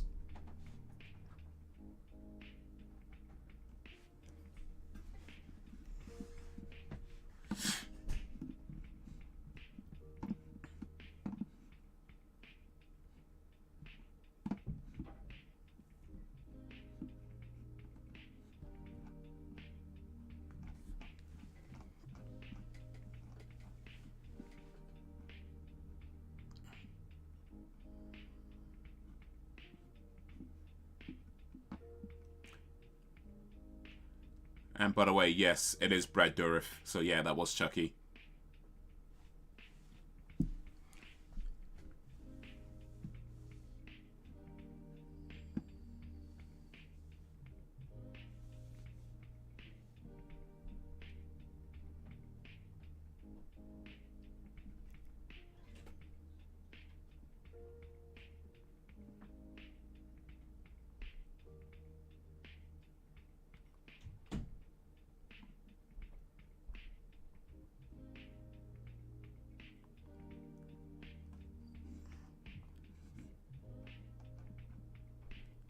This film was made in 1988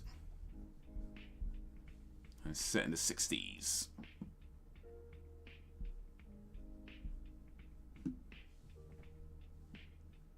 Yeah, it might be a yellow or red weather for the state of... Damn, man. Yeah, watch yourself, man. Be careful out there. Well, I mean, do that anyway, really. I knew it!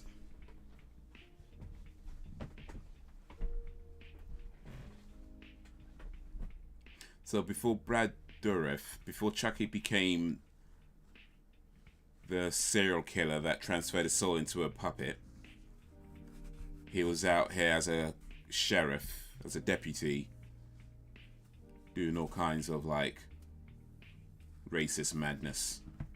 That makes sense, actually. I think that's pretty much Chucky's backstory right there. You know, he was a corrupt police officer that became a serial killer. I can totally believe that.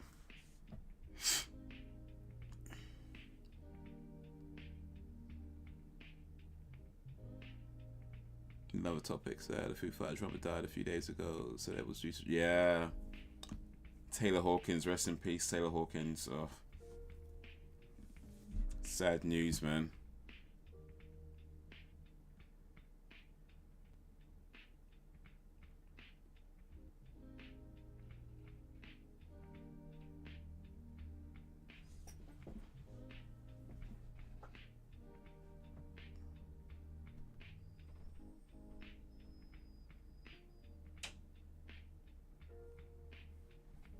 Man. So I know this is like just based on true events, but the fact that these things were happening, sad, man.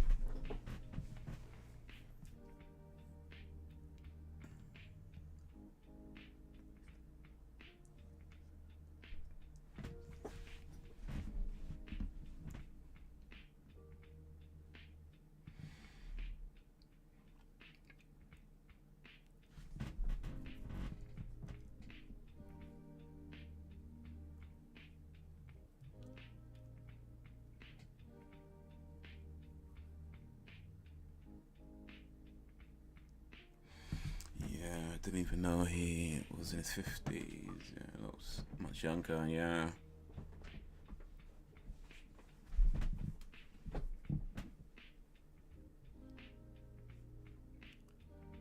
Chucky went from hating black people to everyone. Some would call that captive villain.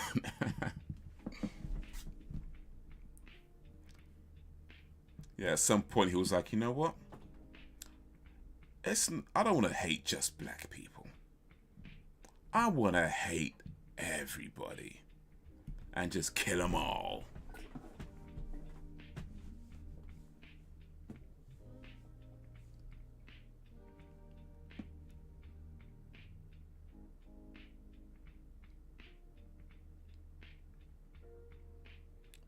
season is in the summer. Those comes through this day too. Oof.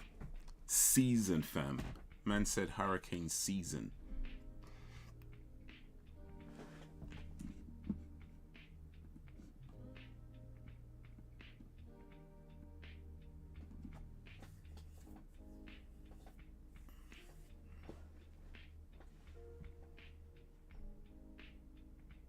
They're already setting the biases in there.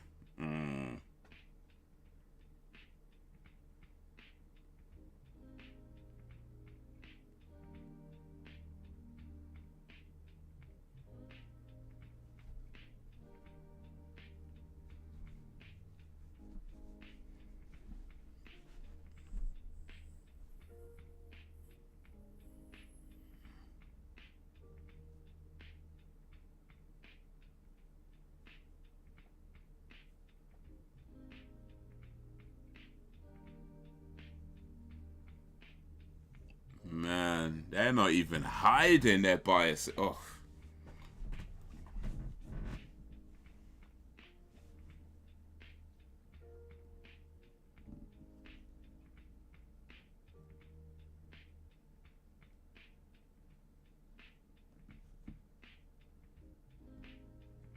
Suspended sentence. What does that mean? That they don't go to jail for... Or they keep their nose clean and they don't have to go to jail?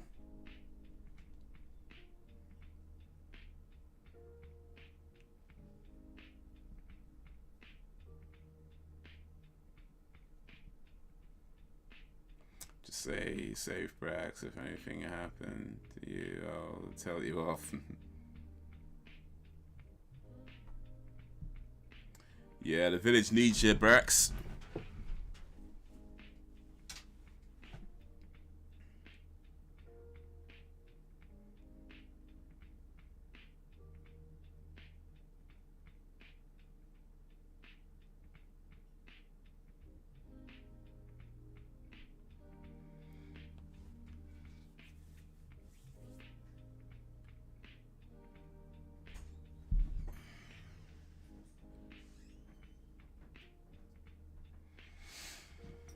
Man, these men don't care, fam.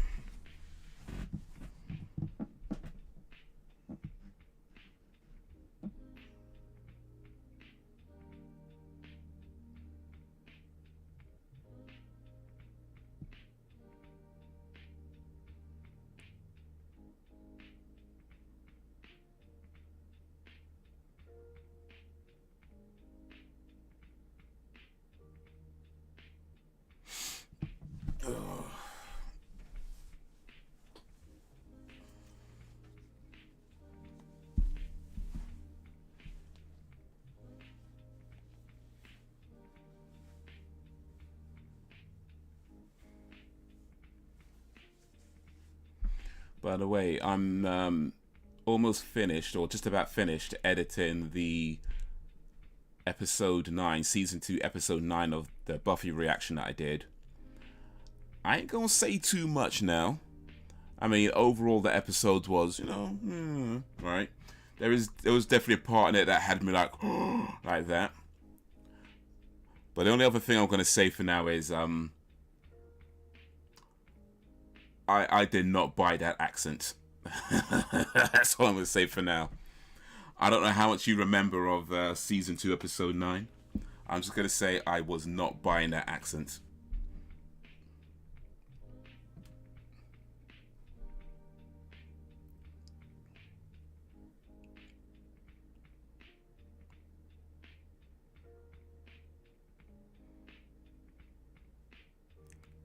Let me check. Don't gotta be concerned about me ever. Hey, still. Be careful out there, man. You know what, movies like this makes me feel bad for being white. I hate that stuff like this happened. Yeah. I mean...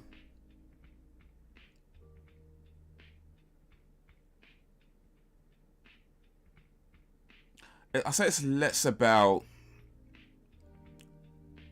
feeling bad for being white, because at the end of the day, you know, you weren't there, you weren't one doing it, right? You know, it's just unfortunate that well, it's just I don't know, well, I'm not using unfortunate, it's just a thing that you just happen to share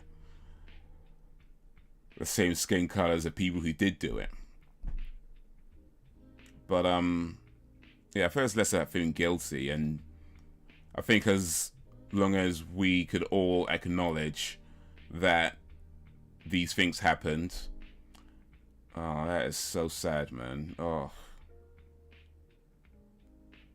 you know, these things happened. Oh, jeez, man. That Twitch.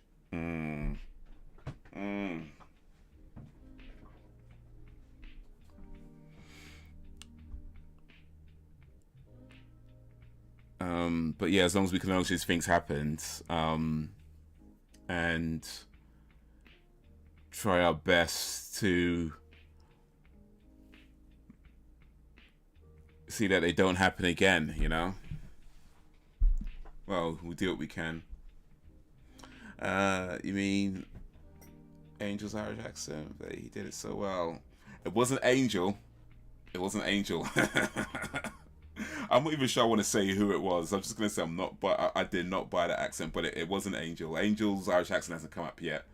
No. Yeah, I don't think it's No, I'm pretty sure his one hasn't come up yet.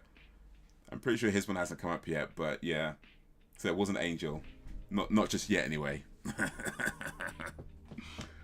But yeah, that video hopefully be ready maybe tomorrow or Wednesday, and you just might see what I mean then. But yeah, I was not buying that accent.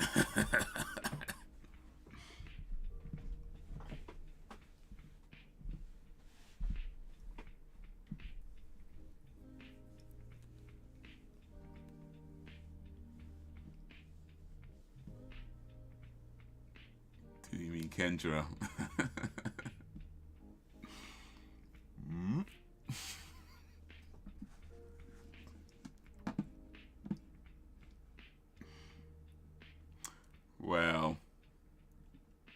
Well.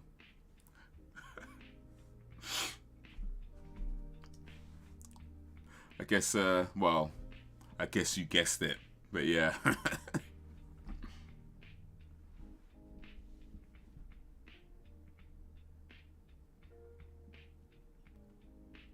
I don't know what that was supposed to be. It sounded like a mixture of like different things. But yeah, I was not buying that accent. I've got a number of favorite cats in the series. You know, I'm starting to like Willow the best now, actually. I mean, don't get me wrong, I like Cordelia still, because, you know, she's hot. But yeah, I'm starting to like Cordelia more, I think. Not Willow more now.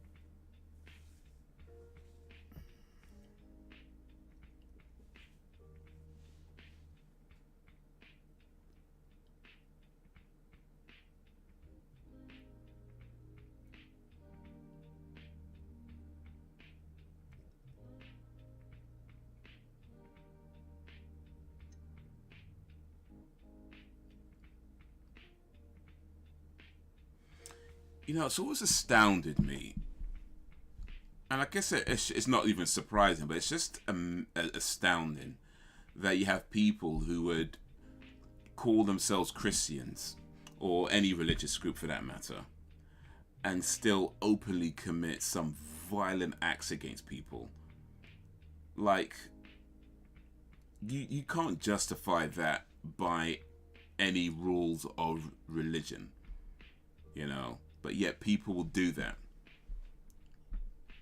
That's crazy, man.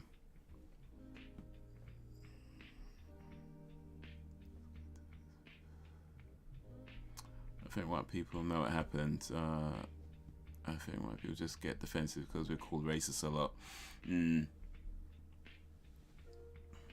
Yeah, I feel like when people say that sort of stuff, like, yeah, it's not cool to just call someone racist just for they disagreeing with somebody, or you're white, you're a racist. I don't think that's helpful at all.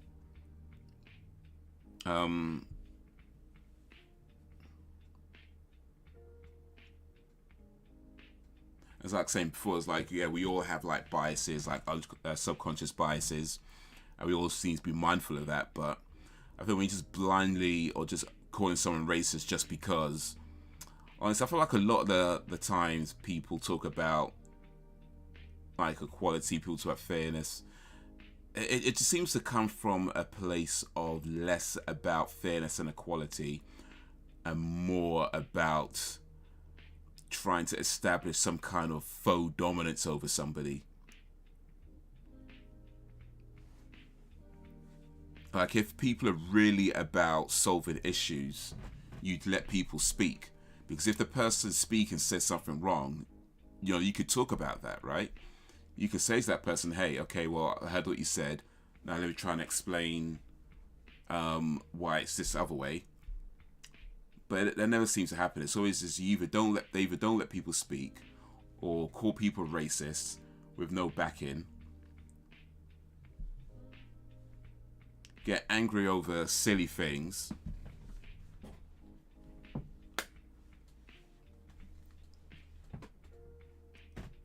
And even taking an issue like the Chris Rock, Will Smith situation and start saying, oh yeah, this is a race issue. Like, no, clearly it isn't. Clearly it isn't. But yeah, I feel like there's just a lot of people who just open their mouths, say stuff, and it's very rarely, if ever, helpful.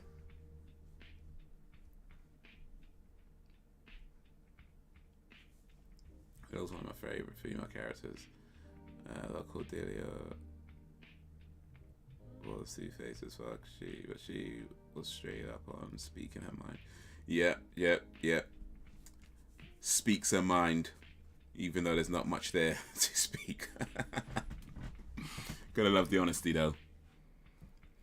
Yeah, the most insane shit in history has been done in the name of religion. I started being spiritual in January 2012. Sounds a lot like the left here in the States. Hey, Haze, I can name some artists you hopefully haven't heard of.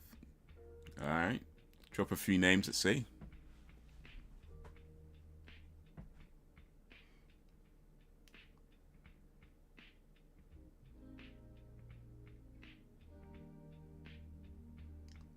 Is he finally gonna... Is the policeman finally gonna pipe the wife?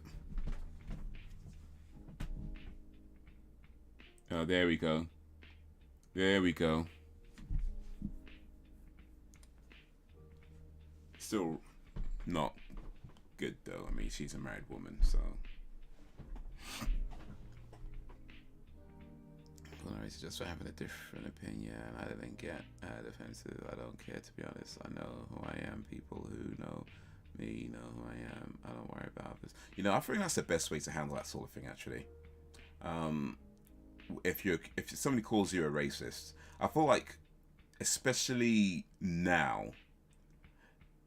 one of the worst things you can do is get on the defensive when somebody accuses you of something like that. You know, one of the worst things you can do is get on the defensive, because it seems to be less about whether you are racist or not, whether who's right or who's wrong, but trying to defend yourself almost always backfires, right? So yeah, I feel like sometimes when it comes to things like that, the best thing to do, especially when you, like you said, you know who you are, you know what you're about, the best thing to do is, like, you know what, let me just ignore it.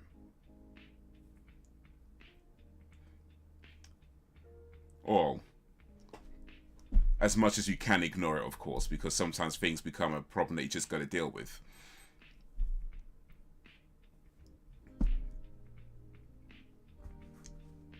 But yeah, getting on the defense, especially like getting on the defensive like right away, almost always backfires.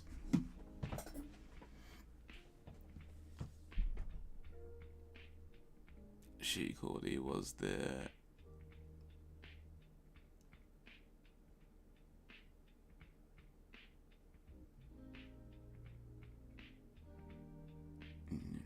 He's gonna go home, see his wife in bed with another man, and that's what sets him off into his serial killer ways. That's why he stopped hating black people and started hating everybody when he sees his wife in bed with another man. He's like, it's not just those black people after all. It's everybody. And then he becomes a serial killer, and then Chucky.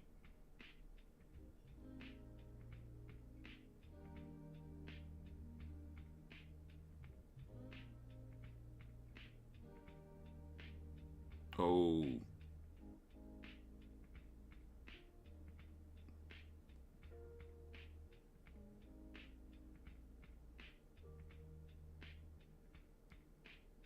They're just gonna stand there and watch. Cordy was their MPGIS girl. Most popular girls. Okay. Look at y'all folks have some sense. Well, I know about that.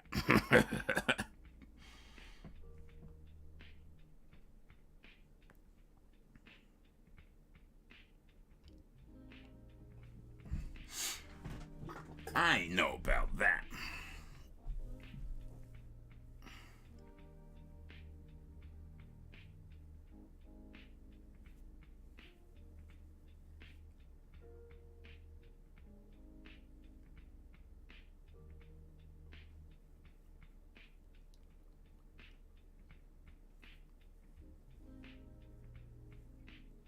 Man, they beat her up good. Or bad. Really, I guess.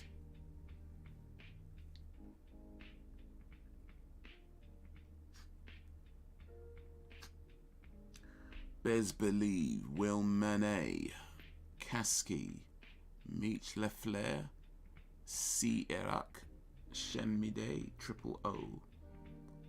Yeah, no, I don't think I've heard of those guys.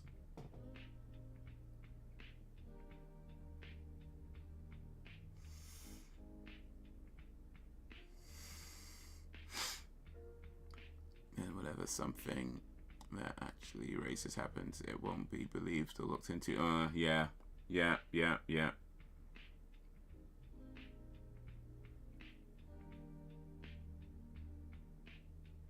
It's like the boy who cried wolf. Oof, slap him up. Man just did a Will Smith.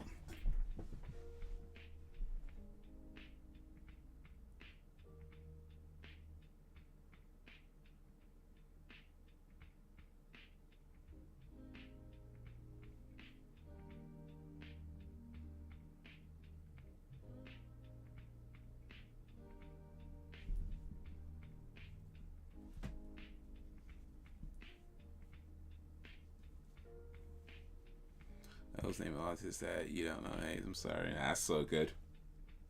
It's all good. Somebody's gonna know who they are.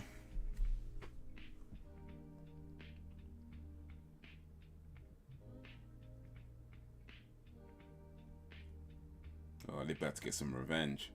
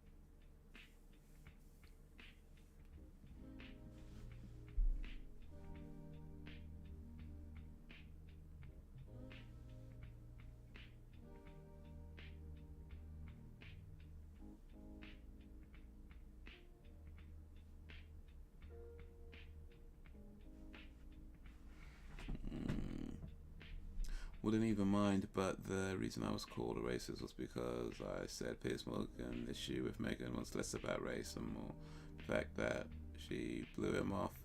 Can't take that seriously. Yeah, people are stupid.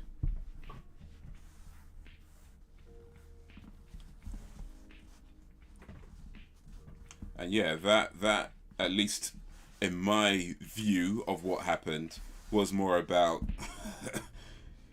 him getting turned down, passed on for somebody else, maybe thinking he had a chance, and then realizing he never did.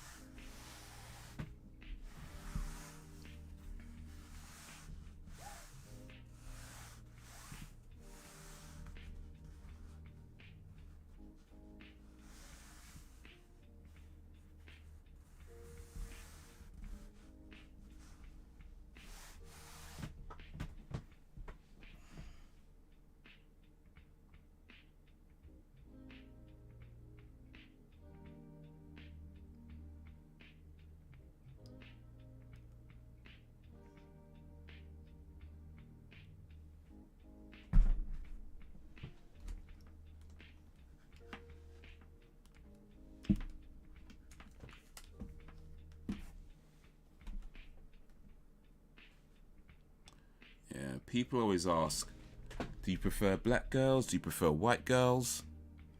I say it doesn't matter. We're all the same color with the lights off.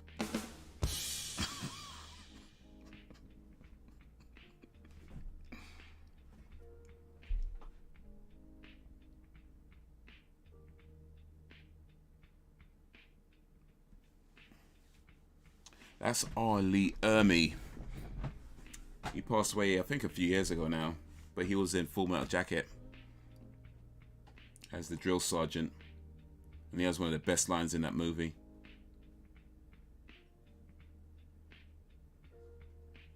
Even though his character's not in it for very long.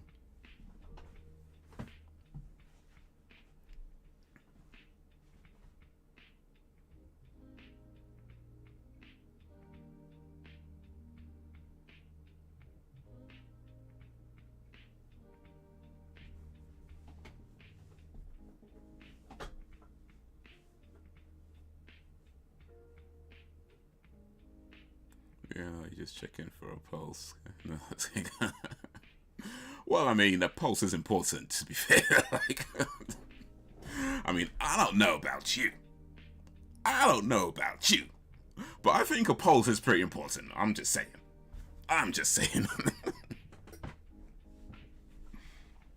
It's the day you don't check for a pulse.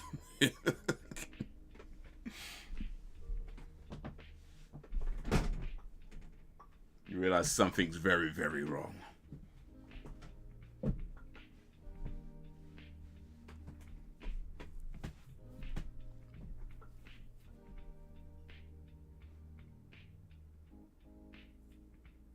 Semi-pulse.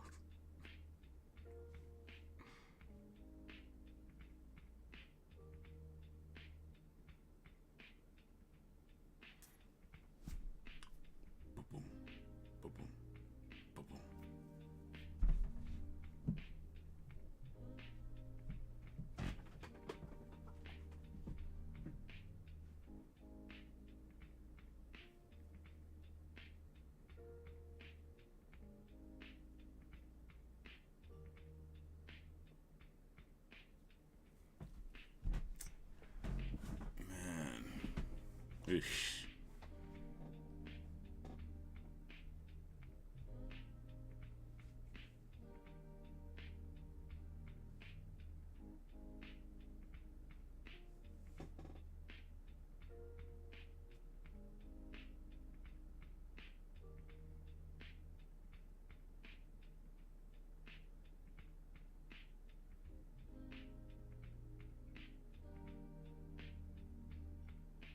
Boy, they're gonna cut his balls off.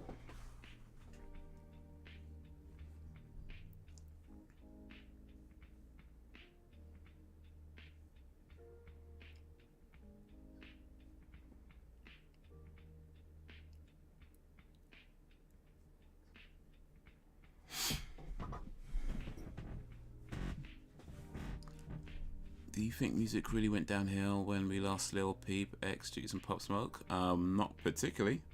I mean, but then again, I mean, I'm not sure.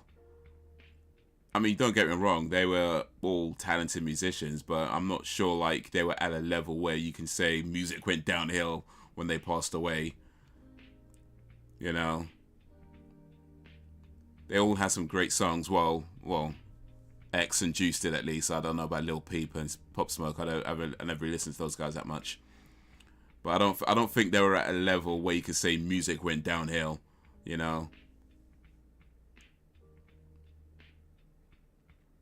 I think, to be fair, music has been where it's always been. It's going to appeal to some people. It's going to appeal to the young people of the time, and less to the older people of the time. You know, I think that's how it's always been. You know, the music I listened to when I was, young, vastly different to the music my parents listened to when, they were my age. They were that age. And then so on. Like, the music of the time would mostly appeal to the people of the time. So if I listen to a guy like, NBA Youngboy, it's like I don't get it. It does nothing for me. I don't understand it. It just sounds like a guy mumbling and screaming, or not say much of anything. But people love it, right? Because it appeals to the people of the time. It is what it is. So no, I don't think it went downhill. I think music just does what it's always done.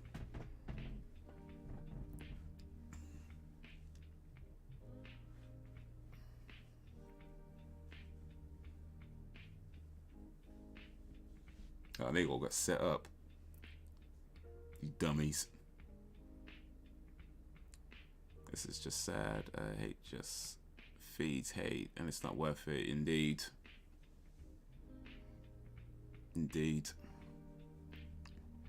Miles made some white rice with chicken, chopped vegetables, and peppers. Gonna warm ups in a bit. Oh, that sounds nice. Get that food in your belly. Some good food.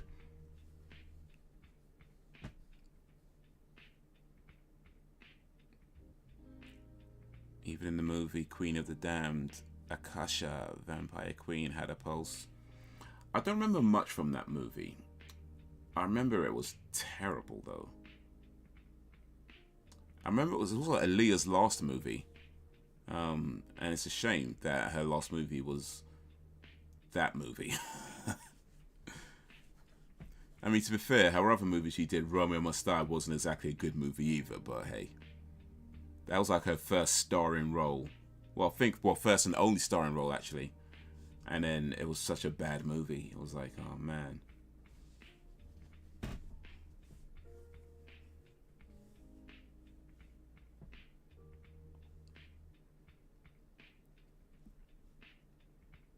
So my Queen of the Dam today. There's actually a sequel to Interview with a Vampire. For anyone who might not have known that, but Queen of the Damned is actually a sequel to Interview with a Vampire. Both written by Anne Rice.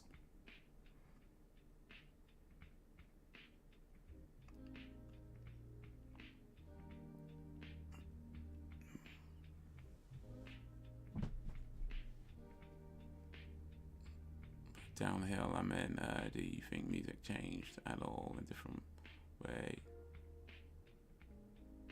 If you know what I'm trying to say, as they, the most sensitive artists of our generation, and was people talking about how it'd be like if they were still here, music would change because of them. Yeah, I mean, like I said, they were definitely talented musicians, but I mean, you also consider that their careers were very, very short, so yeah, you could have a big impact in a short amount of time, no doubt, but is the impact big enough to the point where it's changed music? I don't know. I mean, look, you'd probably know more about it than I would, because, like I say, the music of now is going to appeal to the people of now. I'm not the people of now, So I hear about stuff, but you're in it. You're in that culture. So, I don't know. To me, it sounds like I don't think so. But hey, like I said, I'm not in it, so there's going to be things that I'm unaware of what's happening.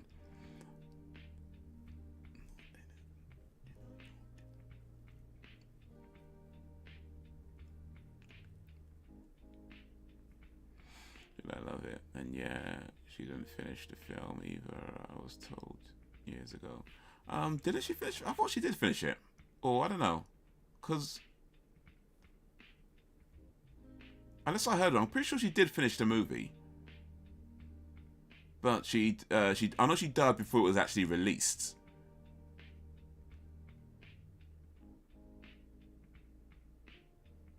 Unless, I don't know, maybe I need to look it up. Because I thought she finished the movie but died before it was released.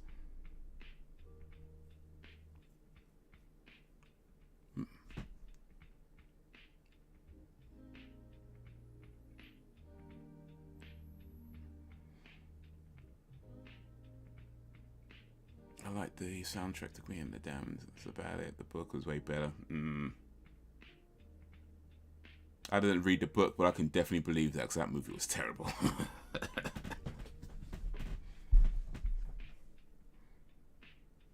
He said if she was still living, a lot of female artists wouldn't have been as famous now, especially Beyonce. I think Beyonce would still be doing just fine if Aaliyah here. Aaliyah was, she was a pretty big star while the time Beyonce was sort of on the come up. So yeah, I mean, and Beyonce's rise was over a period of time, like a long period of time actually. So yeah, I don't know. I feel like Beyonce would still be doing really well. Would she be doing as well? I don't know. Maybe. Who knows? But yeah, I can Beyonce probably would still be doing pretty well with Aaliyah here. But then again, from the things and from the rumors I hear about Beyonce, maybe Aaliyah might not be doing so well if she was still alive. I'm not saying they're true. I'm just saying I hear a lot of rumors about Beyonce and the things she's done over the years to other artists. So maybe it'd be Aaliyah that's not doing so well. Assuming those rumors are true. They're just rumors. They're just rumors. Things you hear. Yeah, he's going to get a confession out of him. Yeah, she finished the movie but died before the release. Okay, cool. Yeah, that's what, yeah. Well, not cool, but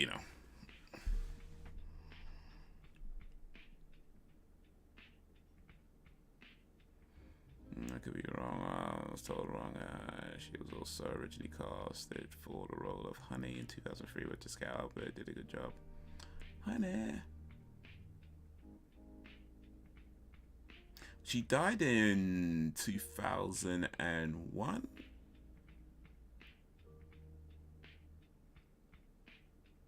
So, yeah. I never did see Honey. That was a dance movie, though, wasn't it? I think Mekhi Phifer's in that as well.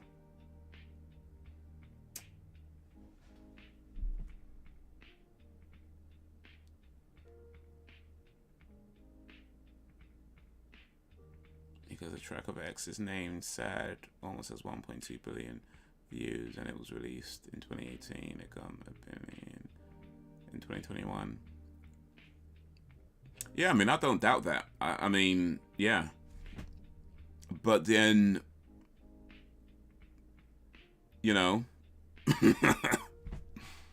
it's a good song. Like, no doubt, it's a good song. It's not the only song with over 1 billion views, though. I mean, if we're going by how popular a song is, sure, it's a good song. It's clearly a popular song, but it's not the only song with over 1 billion views. How many Ed Sheeran songs have got over 1 billion views? How many Beyonce songs have got over 1 billion views? Or Lady Gaga?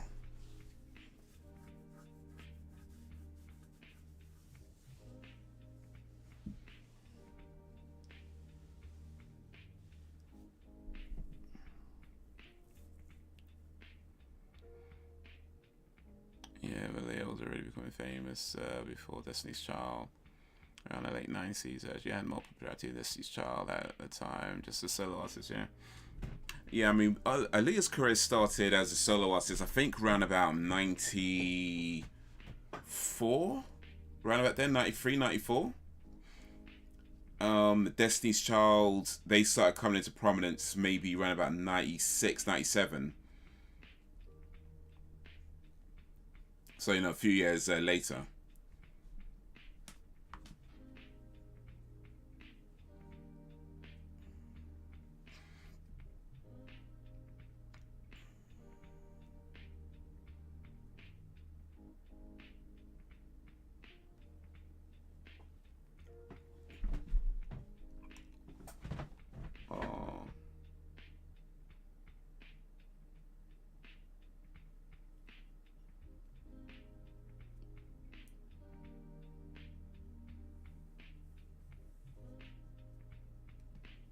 Yeah, I remember Aaliyah when she started sort of coming into prominence, coming into her fame with the first album, Age Ain't Nothing But a Number.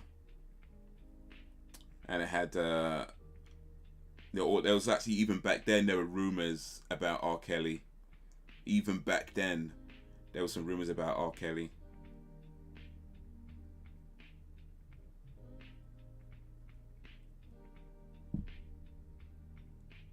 But nothing really ever came of those rumors until years later.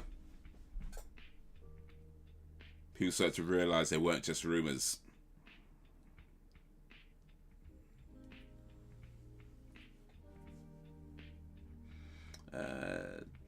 Check it too. It's a good movie. Yeah, he was in it. Joy Bryant. Misdemeanor, yeah, okay. Sentenced to 3 years imprisonment. Yeah, but I know your list is already full. So yeah, it was a hip hop dance movie. Honey.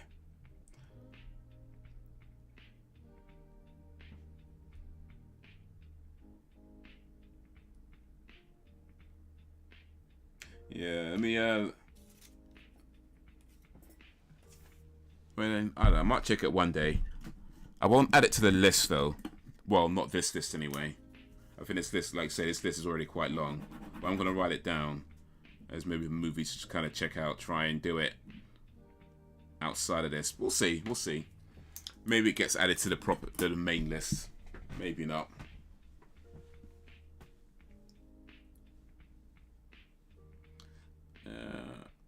Look at it this way. It normally takes like over 5 years for a track to get the higher views with that kind of artist.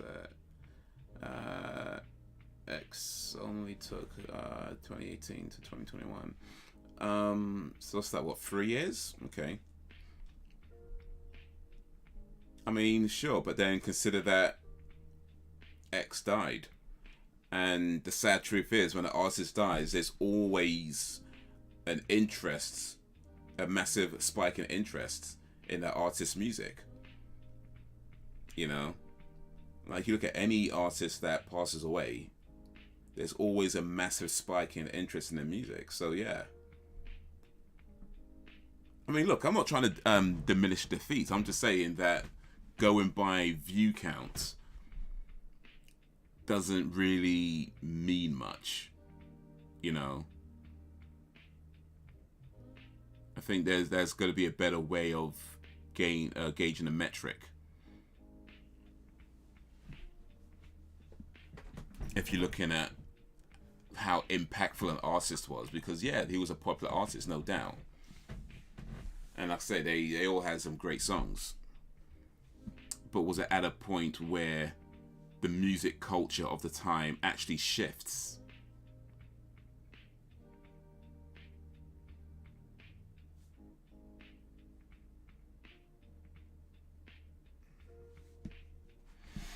Came in 1994 during the whole R. Kelly thing. Also with songs back and forth. Yeah, that actual best song, it is just...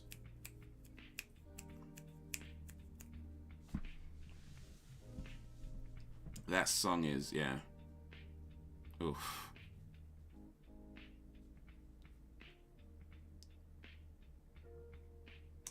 It's just a shame that, well, the album has a taint on it, to put it that way. I still listen to the album, by the way. I don't feel too, well, I mean, I feel bad, of course. I mean, I don't know what happened. But it's an incredible album. Like, it really is. And Aaliyah's amazing on that album. And that song, At Your Best, is just incredible. So, yeah.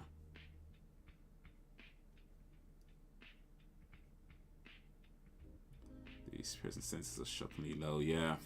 Yeah. 3 years for terrorism. But hey.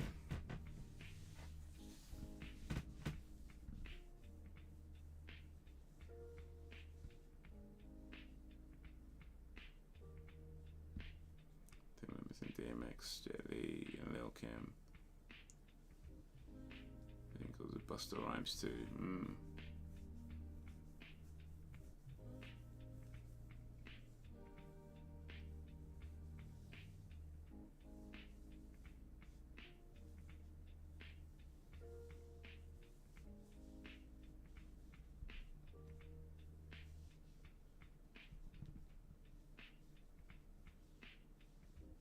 She got beat so bad. That's so.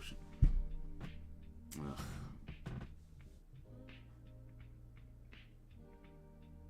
Jackie got 10, I suppose. It's a little better. It's all making sense now. He got more years than everybody else, and it just pissed him off. And that's why he started hating everybody. It all makes sense now. It all makes sense now. My favorite songs from her. Top favorite song from her is If Your Girl Only Knew. Okay, yeah. Let me try and remember that real quick. If your girl only knew. Yeah. This is how I look at it. When you're alive, you really don't matter or get a lot of attention. But when you die, that's when you start gaining more attention. Well, that's true. Yeah, that's true. And that's what I mean by that spike in popularity that happens when an artist dies. Because, like, I mean, I know this has happened with myself where I've heard of an artist, haven't really paid much attention to them, but when they died, it was like, okay, let me look them up and see what they're about. It happens, man. It happens. So, yeah, there's always that spike in interest.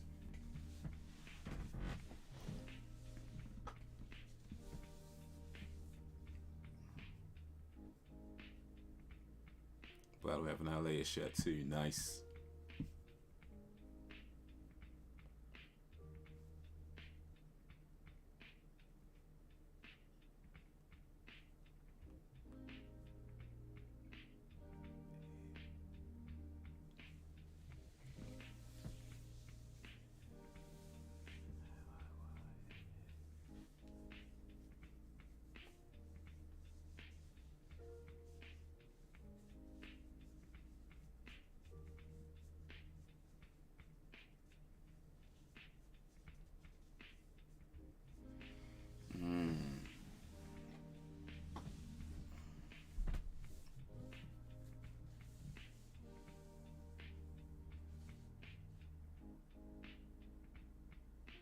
Rupert.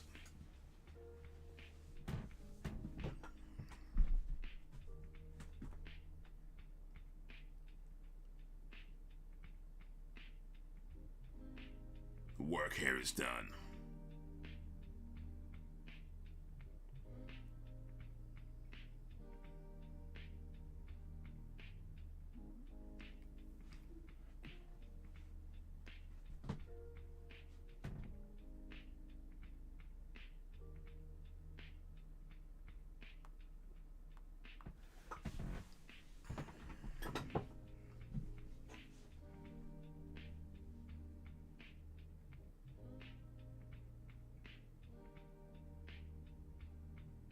Not forgotten.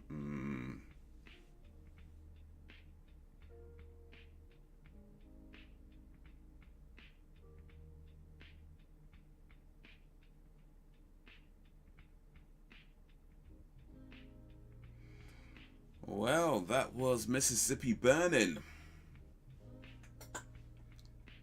Oof. Well, that was oof. Like, I thought it might be a serious one. It was a serious one. But you know what? Movies like this are important because they do show a part of our history that, although this is not a true story, it is based on things that did happen. So yeah, I think movies like this are important because,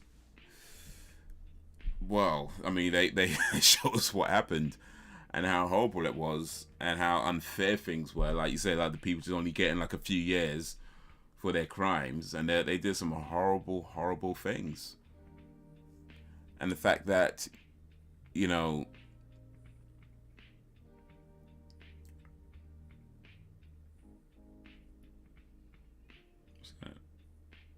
I mean, I hear something else.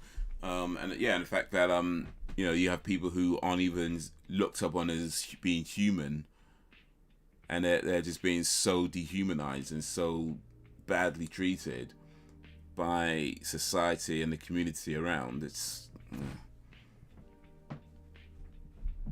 and although we've come a long way, no doubt, but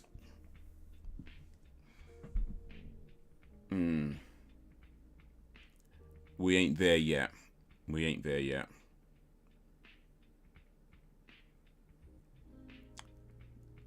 Can't fend for themselves. This was a hard watch, but great at the same time. Indeed. Appreciate the recommendation, Brax. That was Mississippi Burning, 1988 movie with Gene Hackman, Willem Dafoe, Brad Dourif, R. Lee Ermey, Michael Rooker, to name but a few.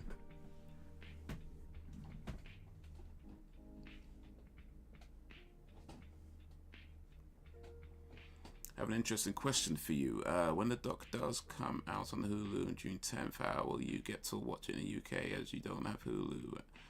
And it'll probably get taken down on YouTube. To be honest, I probably won't watch it. I probably won't. I mean, never say never, but I probably won't. Because you say, we don't have Hulu. It might get shown on Now TV, which is not quite our version of Hulu because it's a separate company. But things that go on Hulu or HBO Max tends to get bought, or if they do come to the UK, they tend to get shown on Now TV, which is another streaming service we have over here. But I don't subscribe to Now TV, or rather, I don't subscribe to them on a regular basis because it's way too expensive for what they actually offer. I feel like films inspired by actual events which took place in the South during the 1960s. The characters, however, are fictitious. Okay. I mean, they have some good movies and good shows from time to time, but for the most part, I don't believe the money they charge is worth keeping the service. So it'd be more of a type of thing where, if it does come over here and they do have it on Now TV, I'd wait until there's things on Now TV that I want to watch, like maybe like other movies, other shows that I want to watch, and I'll get it for the month and then watch those shows and then maybe watch the documentary then. And again, that's assuming it's even there. That's assuming it's even there. But to be honest, it's not something I'd go out of my way for. I don't think I'm that interested in the documentary to go out of my way to watch it. So if it gets brought over here to one of our streaming services, and assuming it's Now TV, which my guess it would be, then I'd wait till there's a whole bunch of stuff that I want to watch on it, get it for the month, watch all that stuff, then maybe watch the documentary, and then cancel the streaming service for that after the month. So that's how I feel about it. So I probably won't get to see it, but if I do, hey. You think this movie was something? Just wait till you watch Rosewood, because it actually happened, so the reaction will be a bit different. Also, Rosewood, that's on the list as well, 1997, So that one is a true story. Okay, cool. Well, not cool because it's probably something horrible. But yeah, that was Mississippi. So next week for movie night, I got Martyrs. So we're going back to a Sam recommendation. Martyrs, the French version. So I'm guessing that's going to be in French and then subtitled in English. So good. We're going to have to read. Or let me see actually. Maybe they got a dubbed version.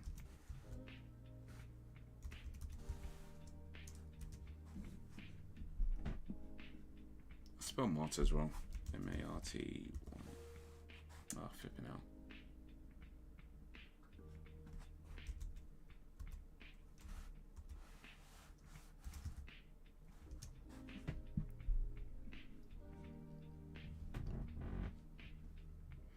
So Martyrs.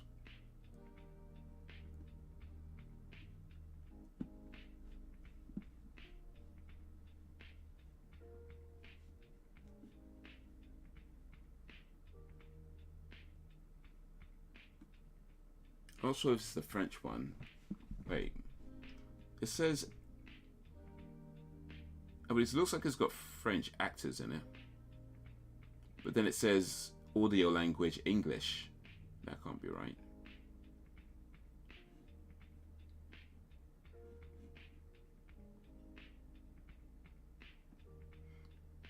There's also a Masters from 2015.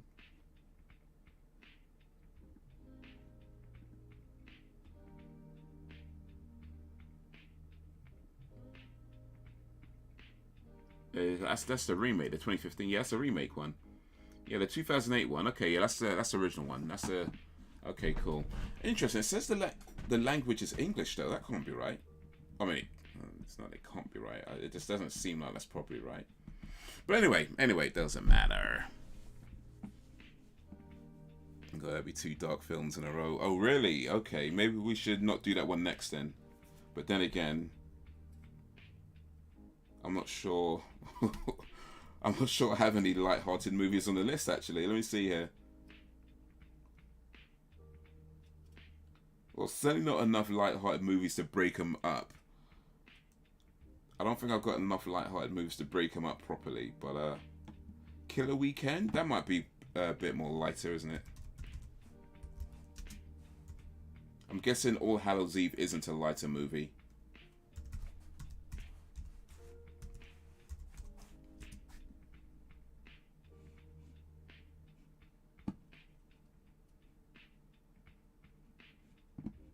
Killer Weekend, you can actually watch for free on Amazon. Like, you can watch it free. It's ad supported if you don't have Amazon Prime. So if you've got Amazon Prime, you can watch it without the ads. But if you don't have Amazon Prime, you can watch it, but it would be ad supported. That's pretty cool. So if we do that, that's listed as comedy horror. So if we do that, that's at least everybody could watch along as well. Even if you don't have Amazon Prime, you can watch it, although you'd have to watch it ad supported. But yeah, I'm not sure we got enough light-hearted movies. Oh, actually, no, we got Return of the Living Dead. That might be light-hearted, parts 1 and 2. Alright. Brandon saying,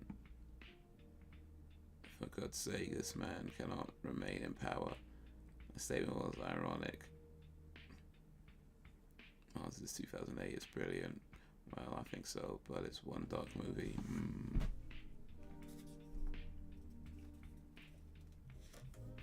You know what? Here's what I think we do then. Yeah, let's do Martyrs next week. So yeah, we got 2 dark movies in a row, and this Martyrs is apparently real dark. So let's do Martyrs next week, and then after that, because if Martyrs is dark as I think it is, then we might need something a bit lighter to really bring it back down. So yeah, let's get real dark next week. We do Martyrs, and then after that, we do something a bit lighter, maybe the Killer Weekend one.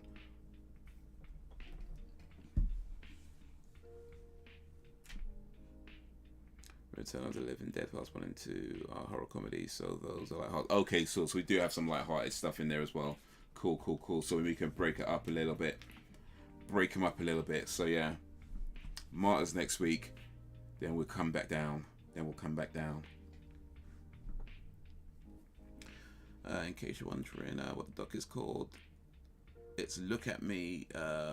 Put doc after the name because there's also a track X did. Okay, cool.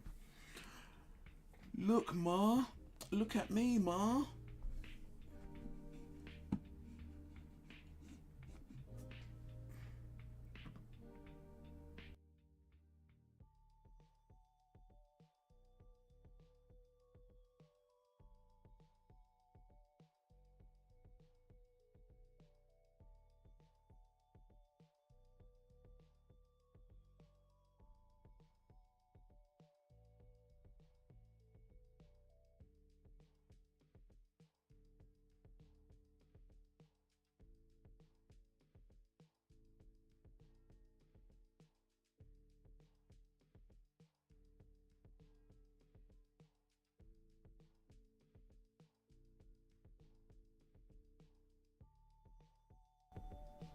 Is the sound back? No, the sound back. Okay, there we go.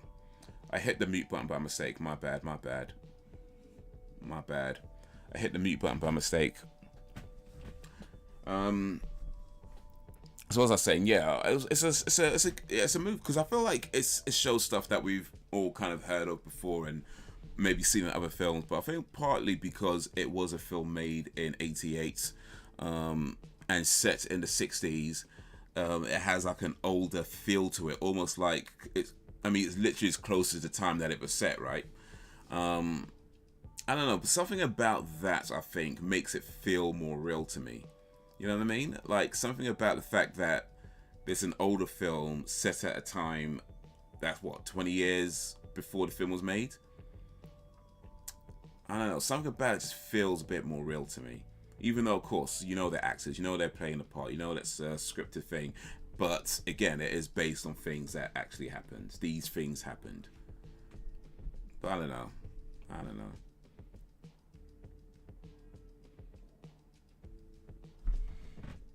Okay, then when I watched Martyrs for the first time, I felt really down. Oh, well, we're definitely going to need to pick me up afterwards then.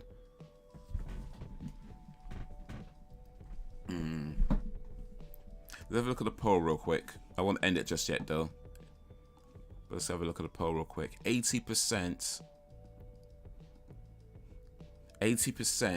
said Chris Rock was in the right. 20% said Will Smith was in the right.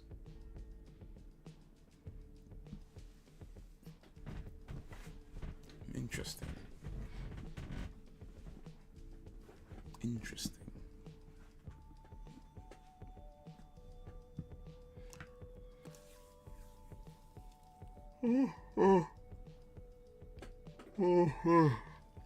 Big Willie style.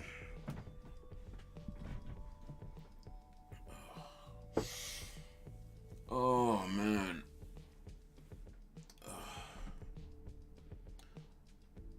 Yeah.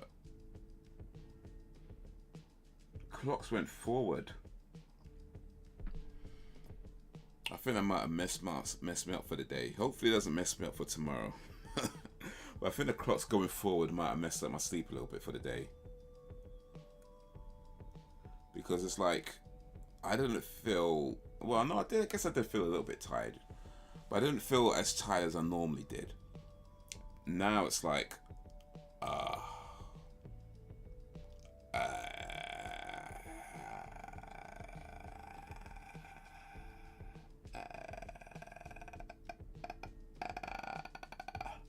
that's how I feel right now.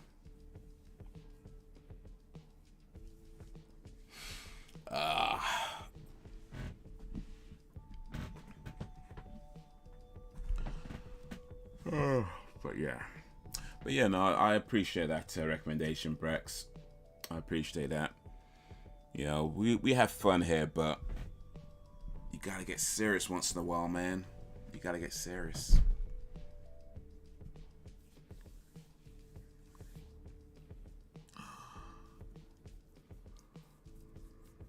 Yo,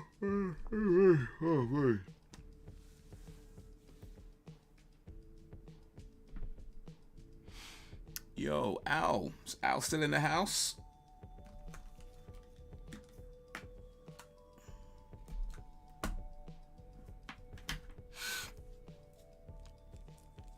Alan Evans, 37.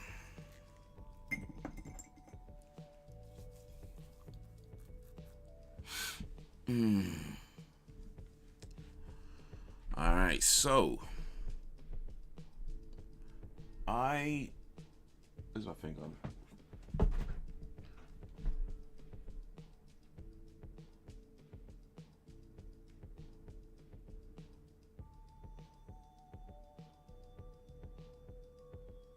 Cool. Yeah, hopefully.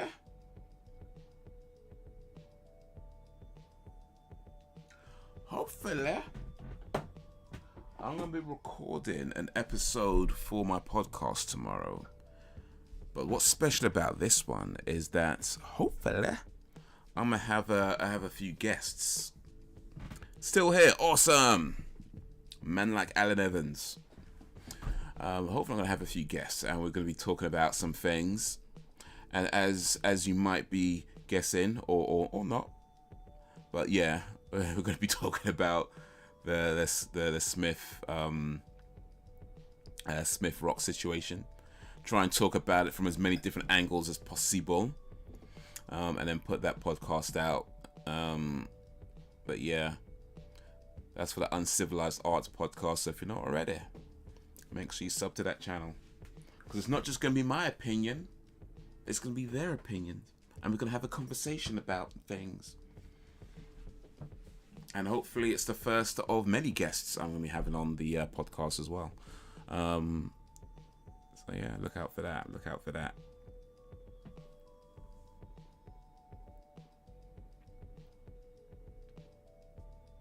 I like our serious talks. We don't act like ourselves when having them. I try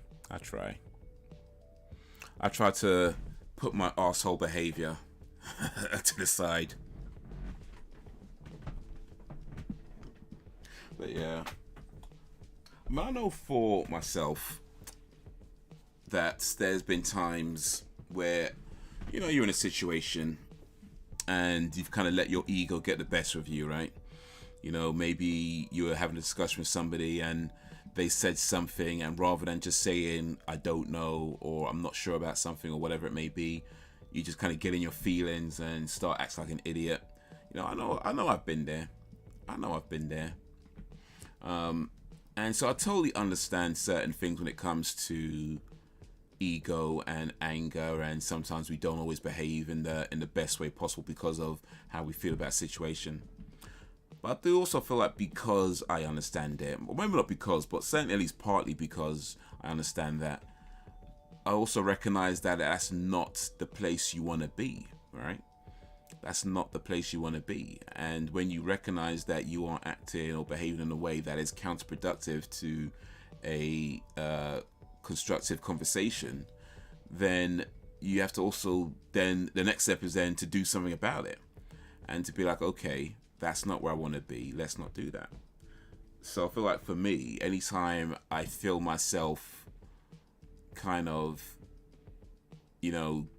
not knowing something, and my kind of a response to kind of be in your ego about it, there's times like that where I have to be like, let me check myself, because that's not where I want to be. And I ain't saying I'm perfect. I ain't perfect.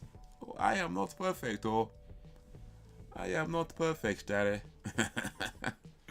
But I just try to be aware, is what I'd say. I try to be aware that I'm not immune to having an ego burst. I'm not immune to being proud and pride and that whole thing. And I'm not immune to, if somebody thinks I'm an idiot and I gotta prove that I'm not an idiot. I'm not immune to that. I'm not immune to any of that. So I try to be aware of it. and try to recognize when I feel that coming up, and be like, you know what, take a step back, check yourself. Take a step back, check yourself. Some days are easier than others, sure. Like I say, I am not perfect. I am not perfect, or I am not perfect. Just done a Slipknot video, nice. Actually, Mr. Alan Evans, I have some recommendations for you in the musical reaction world. And, you know, up to you if you want to do them, of course. You know, I'm not telling you, there's nothing like that, but just a suggestion. Just a suggestion. I use my voice, my opinion, a lot. But I've really chilled out on that because I realize, how can I form a logical opinion if I don't know enough about it? Gotta consider all angles. Yeah, gotta consider all angles to be as informed as possible.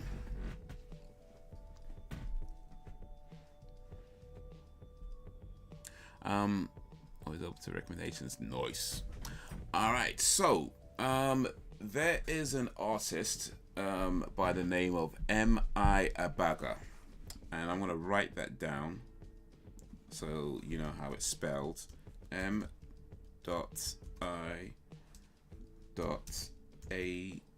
EVGA. And it is a bagger, by the way, not a badger. I'm just saying.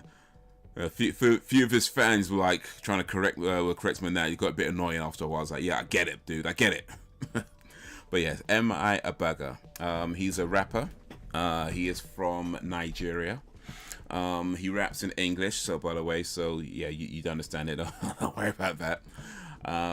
But yeah, no, he's pretty good. Like I dig his stuff, and yeah, if you're looking for some hip hop recommendations, I know you like the hippity hoppy. I know you like the hippity hoppity hop.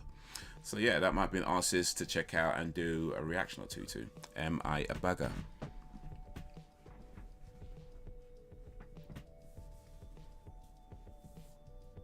Especially in the Ukraine thing, I can look at it and think, damn, but I don't know enough about it to voice what I think. That's what's up. Okay, cool. I'll check it out. Cool. That's what's up, indeed. But yeah, I mean, here's the thing about that though, and what I'd say about that whole thing is, I recognize that Putin looks like the bad guy right now, and perhaps he is. In fact, he probably is. When it comes down to it, he probably is the bad guy. I'm just saying, when you have a government that has lied multiple times, has not run the country properly, doesn't follow their own rules, openly employs bullies, right? And all kinds of madness that we probably don't know about, right? When you got a government that does that, and that same government wants to call this other dude a bad guy, you know what I mean? So I'm not saying Putin is innocent. Like I say, he's probably not. In fact, nobody's innocent. Let's put it that way. Nobody's innocent. But in this situation, I'm not saying that he's the good guy. He's probably not the good guy in this situation. He's probably not the good guy. But there being more to this situation than we're being told, that's what I think. Now, I don't know what that more is, and if that more, would it make any difference? Maybe, maybe not. But yeah, I think there's more to this situation than we're being told. And yeah, our government ain't exactly easy to trust. So, you know what I mean? But hey, war is never good. That much I will say. War is never good. And I'm never in favor of waging war on anybody for any reason. I understand that sometimes you got to defend yourself when things happen. That I am on board with. If you got to defend yourself, you got to defend yourself. And sometimes in defending yourself, you got to attack. I get that. But to actually start a war? Nah. I can't. I don't think you could justify that. I don't believe that could be justified. President of Ukraine is supposed to be shady. There are supposed to be links with Biden and Ukraine. Yeah, I can believe that. I don't know if it's true, but I can believe that. I see both Putin's view and Zelensky's view is fighting against the pending New World Order, and Zelensky is fighting to keep his country free. I'm not saying it's true. I'm saying we are daft to ignore it. Yeah. But I think a lot of these things tend to expose people's biases, you know? I think a lot of times these things inadvertently expose people's biases, like you were saying earlier about the way we're handling or responding to this situation. But when it came to other similar situations, it was like,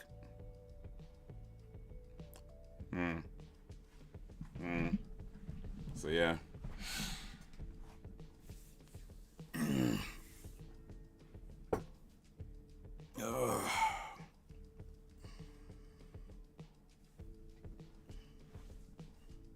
Let's Go Brandon.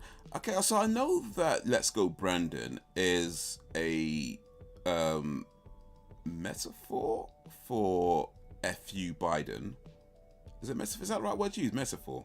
I'm not sure if that's the right word to use actually. But I know when people say Let's Go Brandon, that's what it means. Right? I get that. What I don't understand is how? Like, how did Let's Go Brandon mean that? Like, that's what I don't understand. Like, because it's not even the same initials, well, apart from Brandon, I suppose.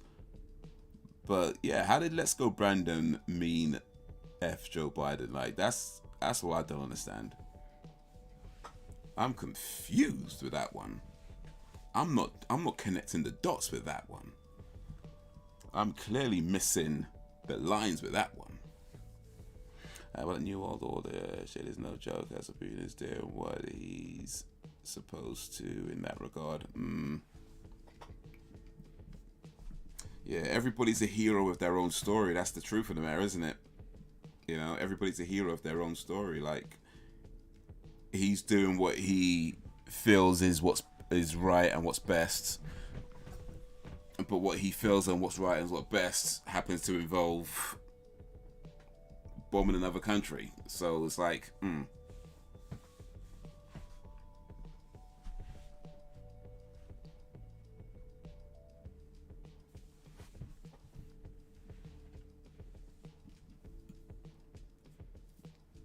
yeah.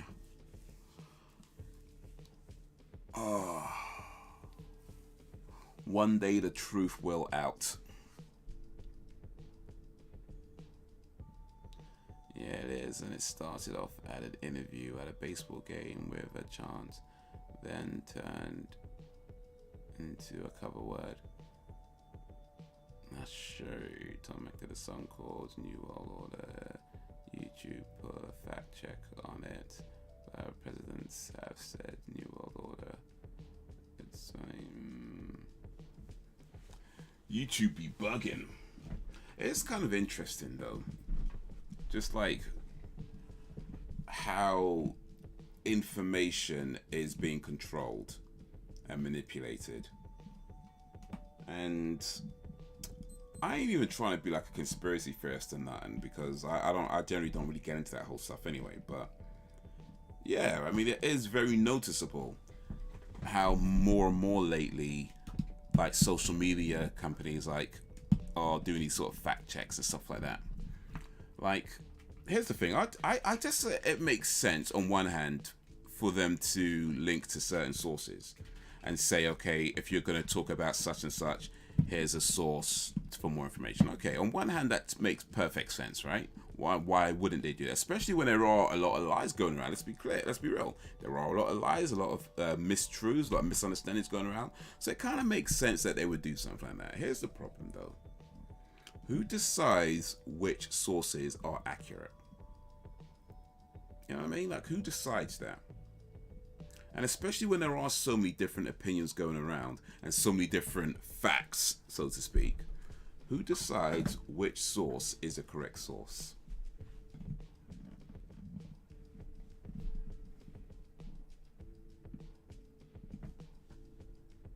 You know what I mean? It's good. It's controlled, right? It's controlled from somewhere. Somebody or somebodies are controlling that information and saying, okay, this is the sources that we're gonna link to. And if these are the sources that they're linking to, why those sources? Is there, you know, can those positions be bought? You know what I mean? Like, if I decide that I want, let's say I run a food company and I have a particular ingredient in my food, and that ingredient is, you know, not necessarily dangerous, but not exactly too safe either. So I want to control the narrative on that ingredient.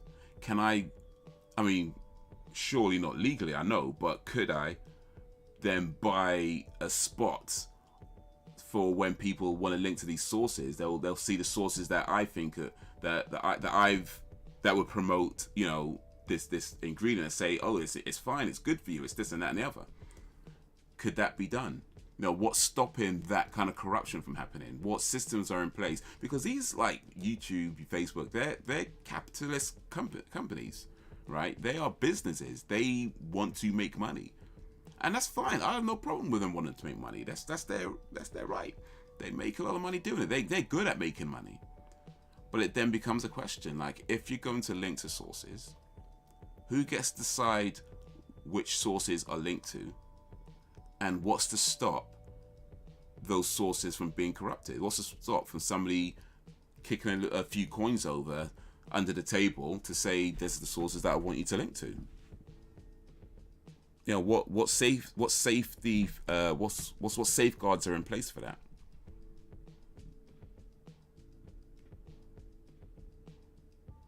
You know, I'm not saying that's what happens, by the way. I don't know that. I'm just saying, what are the safeguards in place? Logical thinking these days is deemed bully, and it's crazy. I was just trying the video for you. Ooh. Yeah.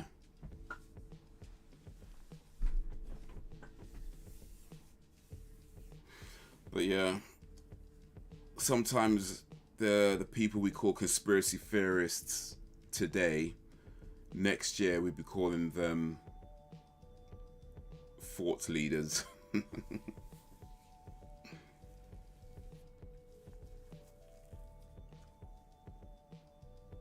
But hey, it is what it is, because if it wasn't, it'd be something else. But it is late. It is 2 minutes past 12 in the AMs, and I am tired AF. So, and my mouth dry too. Oof. So I'm gonna start wrapping up, winding down, and then I'm gonna lay my head on a pillow and close my eyes for approximately 4 to 5 hours. Okay. But yeah, so next week the plan is to do Martyrs. Then after that we do something a bit lighter, well, maybe more than a bit lighter. But yeah, next week's Martyrs I believe is in French, and it is English subtitles, so that could be an interesting one to try and read and keep up with the chat at the same time. But we'll see how it goes. I might have to try and watch it before the stream, just so I can watch it on the stream and not miss too much. But again, we'll figure something out. Or maybe I'll watch it afterwards. I don't know. We'll figure something out. We'll figure something out. Or maybe we won't. It'll just be a complete mess. That can always happen too. But yeah, I'll try and post some videos during the week. Yeah, I'm going to try and post that Buffy reaction for episode 9, season 2, episode 9 during the week, maybe tomorrow or Wednesday. And possibly a few other videos as well. If I can, and yeah, look out for the podcast over on the Podcast Uncivilized Art channel. Look out for that too. Oh, I have a video on my movie channel that I posted a few days ago. Why RoboCop 2 is trash. And I don't know if y'all seen RoboCop 2 or not. Hopefully you have, because there's a bunch of spoilers. There's a whole bunch of spoilers in my video, because I'm talking about why it's trash. I just seen it here. Janet Hubert played Aunt Viv on The Fresh Prince of Bel-Air in the first couple of seasons. Janet Hubert defends Will Smith slapping Chris Rock. And it goes to say Chris is always disrespecting black women. Okay, so that could be an interesting video to watch. Janet Hubert, by the way, if you don't know, had a big falling out with Will Smith for many, many years. So now she's defending Will Smith. They made up, I guess. I guess they did make up a few years back. But yeah, okay, that could be an interesting video to check out. See what Miss Janet Hubert says about it. But what was I saying again? I forgot. But yeah, check out my video on the movie channel for why RoboCop 2 is trash, and let me know what you think of it. It's supposed to be a funny video, but also an informative video. So there we go. I got a link for you here.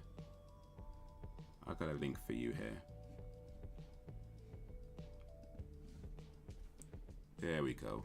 That's what I was trying to do the first time. There's a link.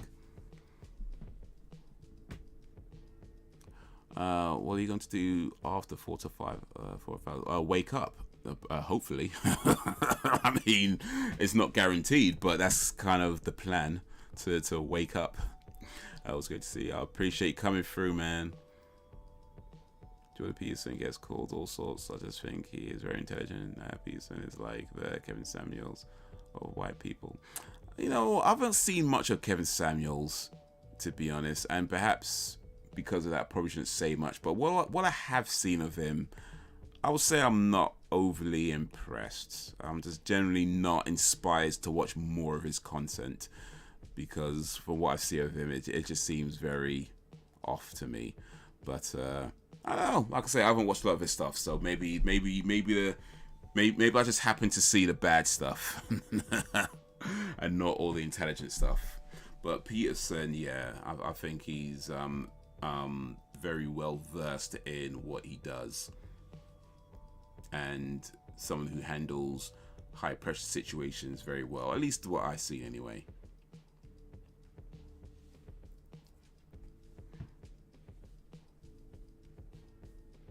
I like the first RoboCop movies. Didn't like the 2014 one much. Oh yeah, I've got a video on why that one's trash as well, by the way.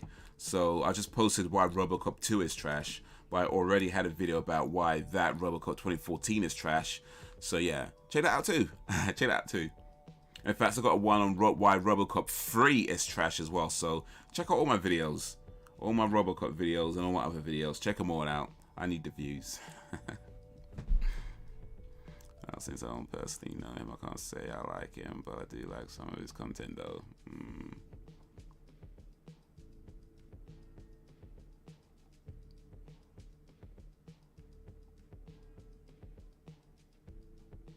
Yeah. All right. Guys.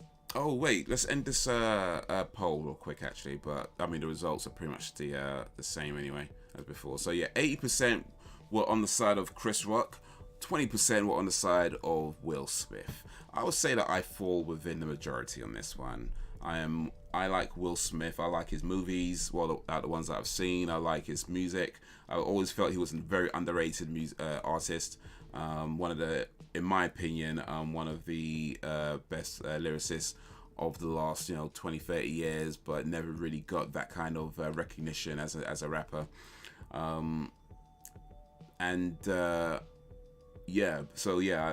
like what he does, but in this case, as much as I understand how something like this can happen, like I said, I understand how your ego can get the better of you, or just any kind of situation like that. I totally understand it from a human perspective, but that don't justify it. And especially for somebody who spends a lot of time, him and his family, talking about, you know, oh yeah, you got to talk through your issues, you got to deal with your problems, you got to face your past, this, that, and the other. Bro, you need to take your own advice. You know what I mean? Like, man needs to take his own advice. Got to get some therapy or something, because whatever's going on with Smith, that it's hard to believe that joke warranted that kind of response. You know what I mean? That was light work. There's no way that joke warranted that kind of response. So I feel like there's something going on, and whatever's going on, mate, you gotta talk to somebody about it. Peter means well. I think people get him wrong. And people are raising eyebrows like Kevin Samuels after he was in that virtual interview with Nicki Minaj. Okay, I didn't see that. I'm gonna have to check that out though. I do like me some Nicki Minaj. I'll check out your movie channel in a few minutes. I appreciate you, Al. Yeah, the thing I liked in the 2014 movie was the motorcycle, the suit, and his robotic voice. Well, you might have liked the motorcycle. You might not like what I have to say about the motorcycle. But yeah, check out that video as well. Appreciate it, man. And Richard Grannon shared it is okay too. I don't believe I know who that is, actually. I'm sorry, dude. Let me search him real quick. But yeah, I'm gonna have to get off the internet and goes to bed and do that whole thing. And then we'll see. We'll see. Kev behaving. Just a little bit. Just a little bit. Just a little bit. Just a little bit.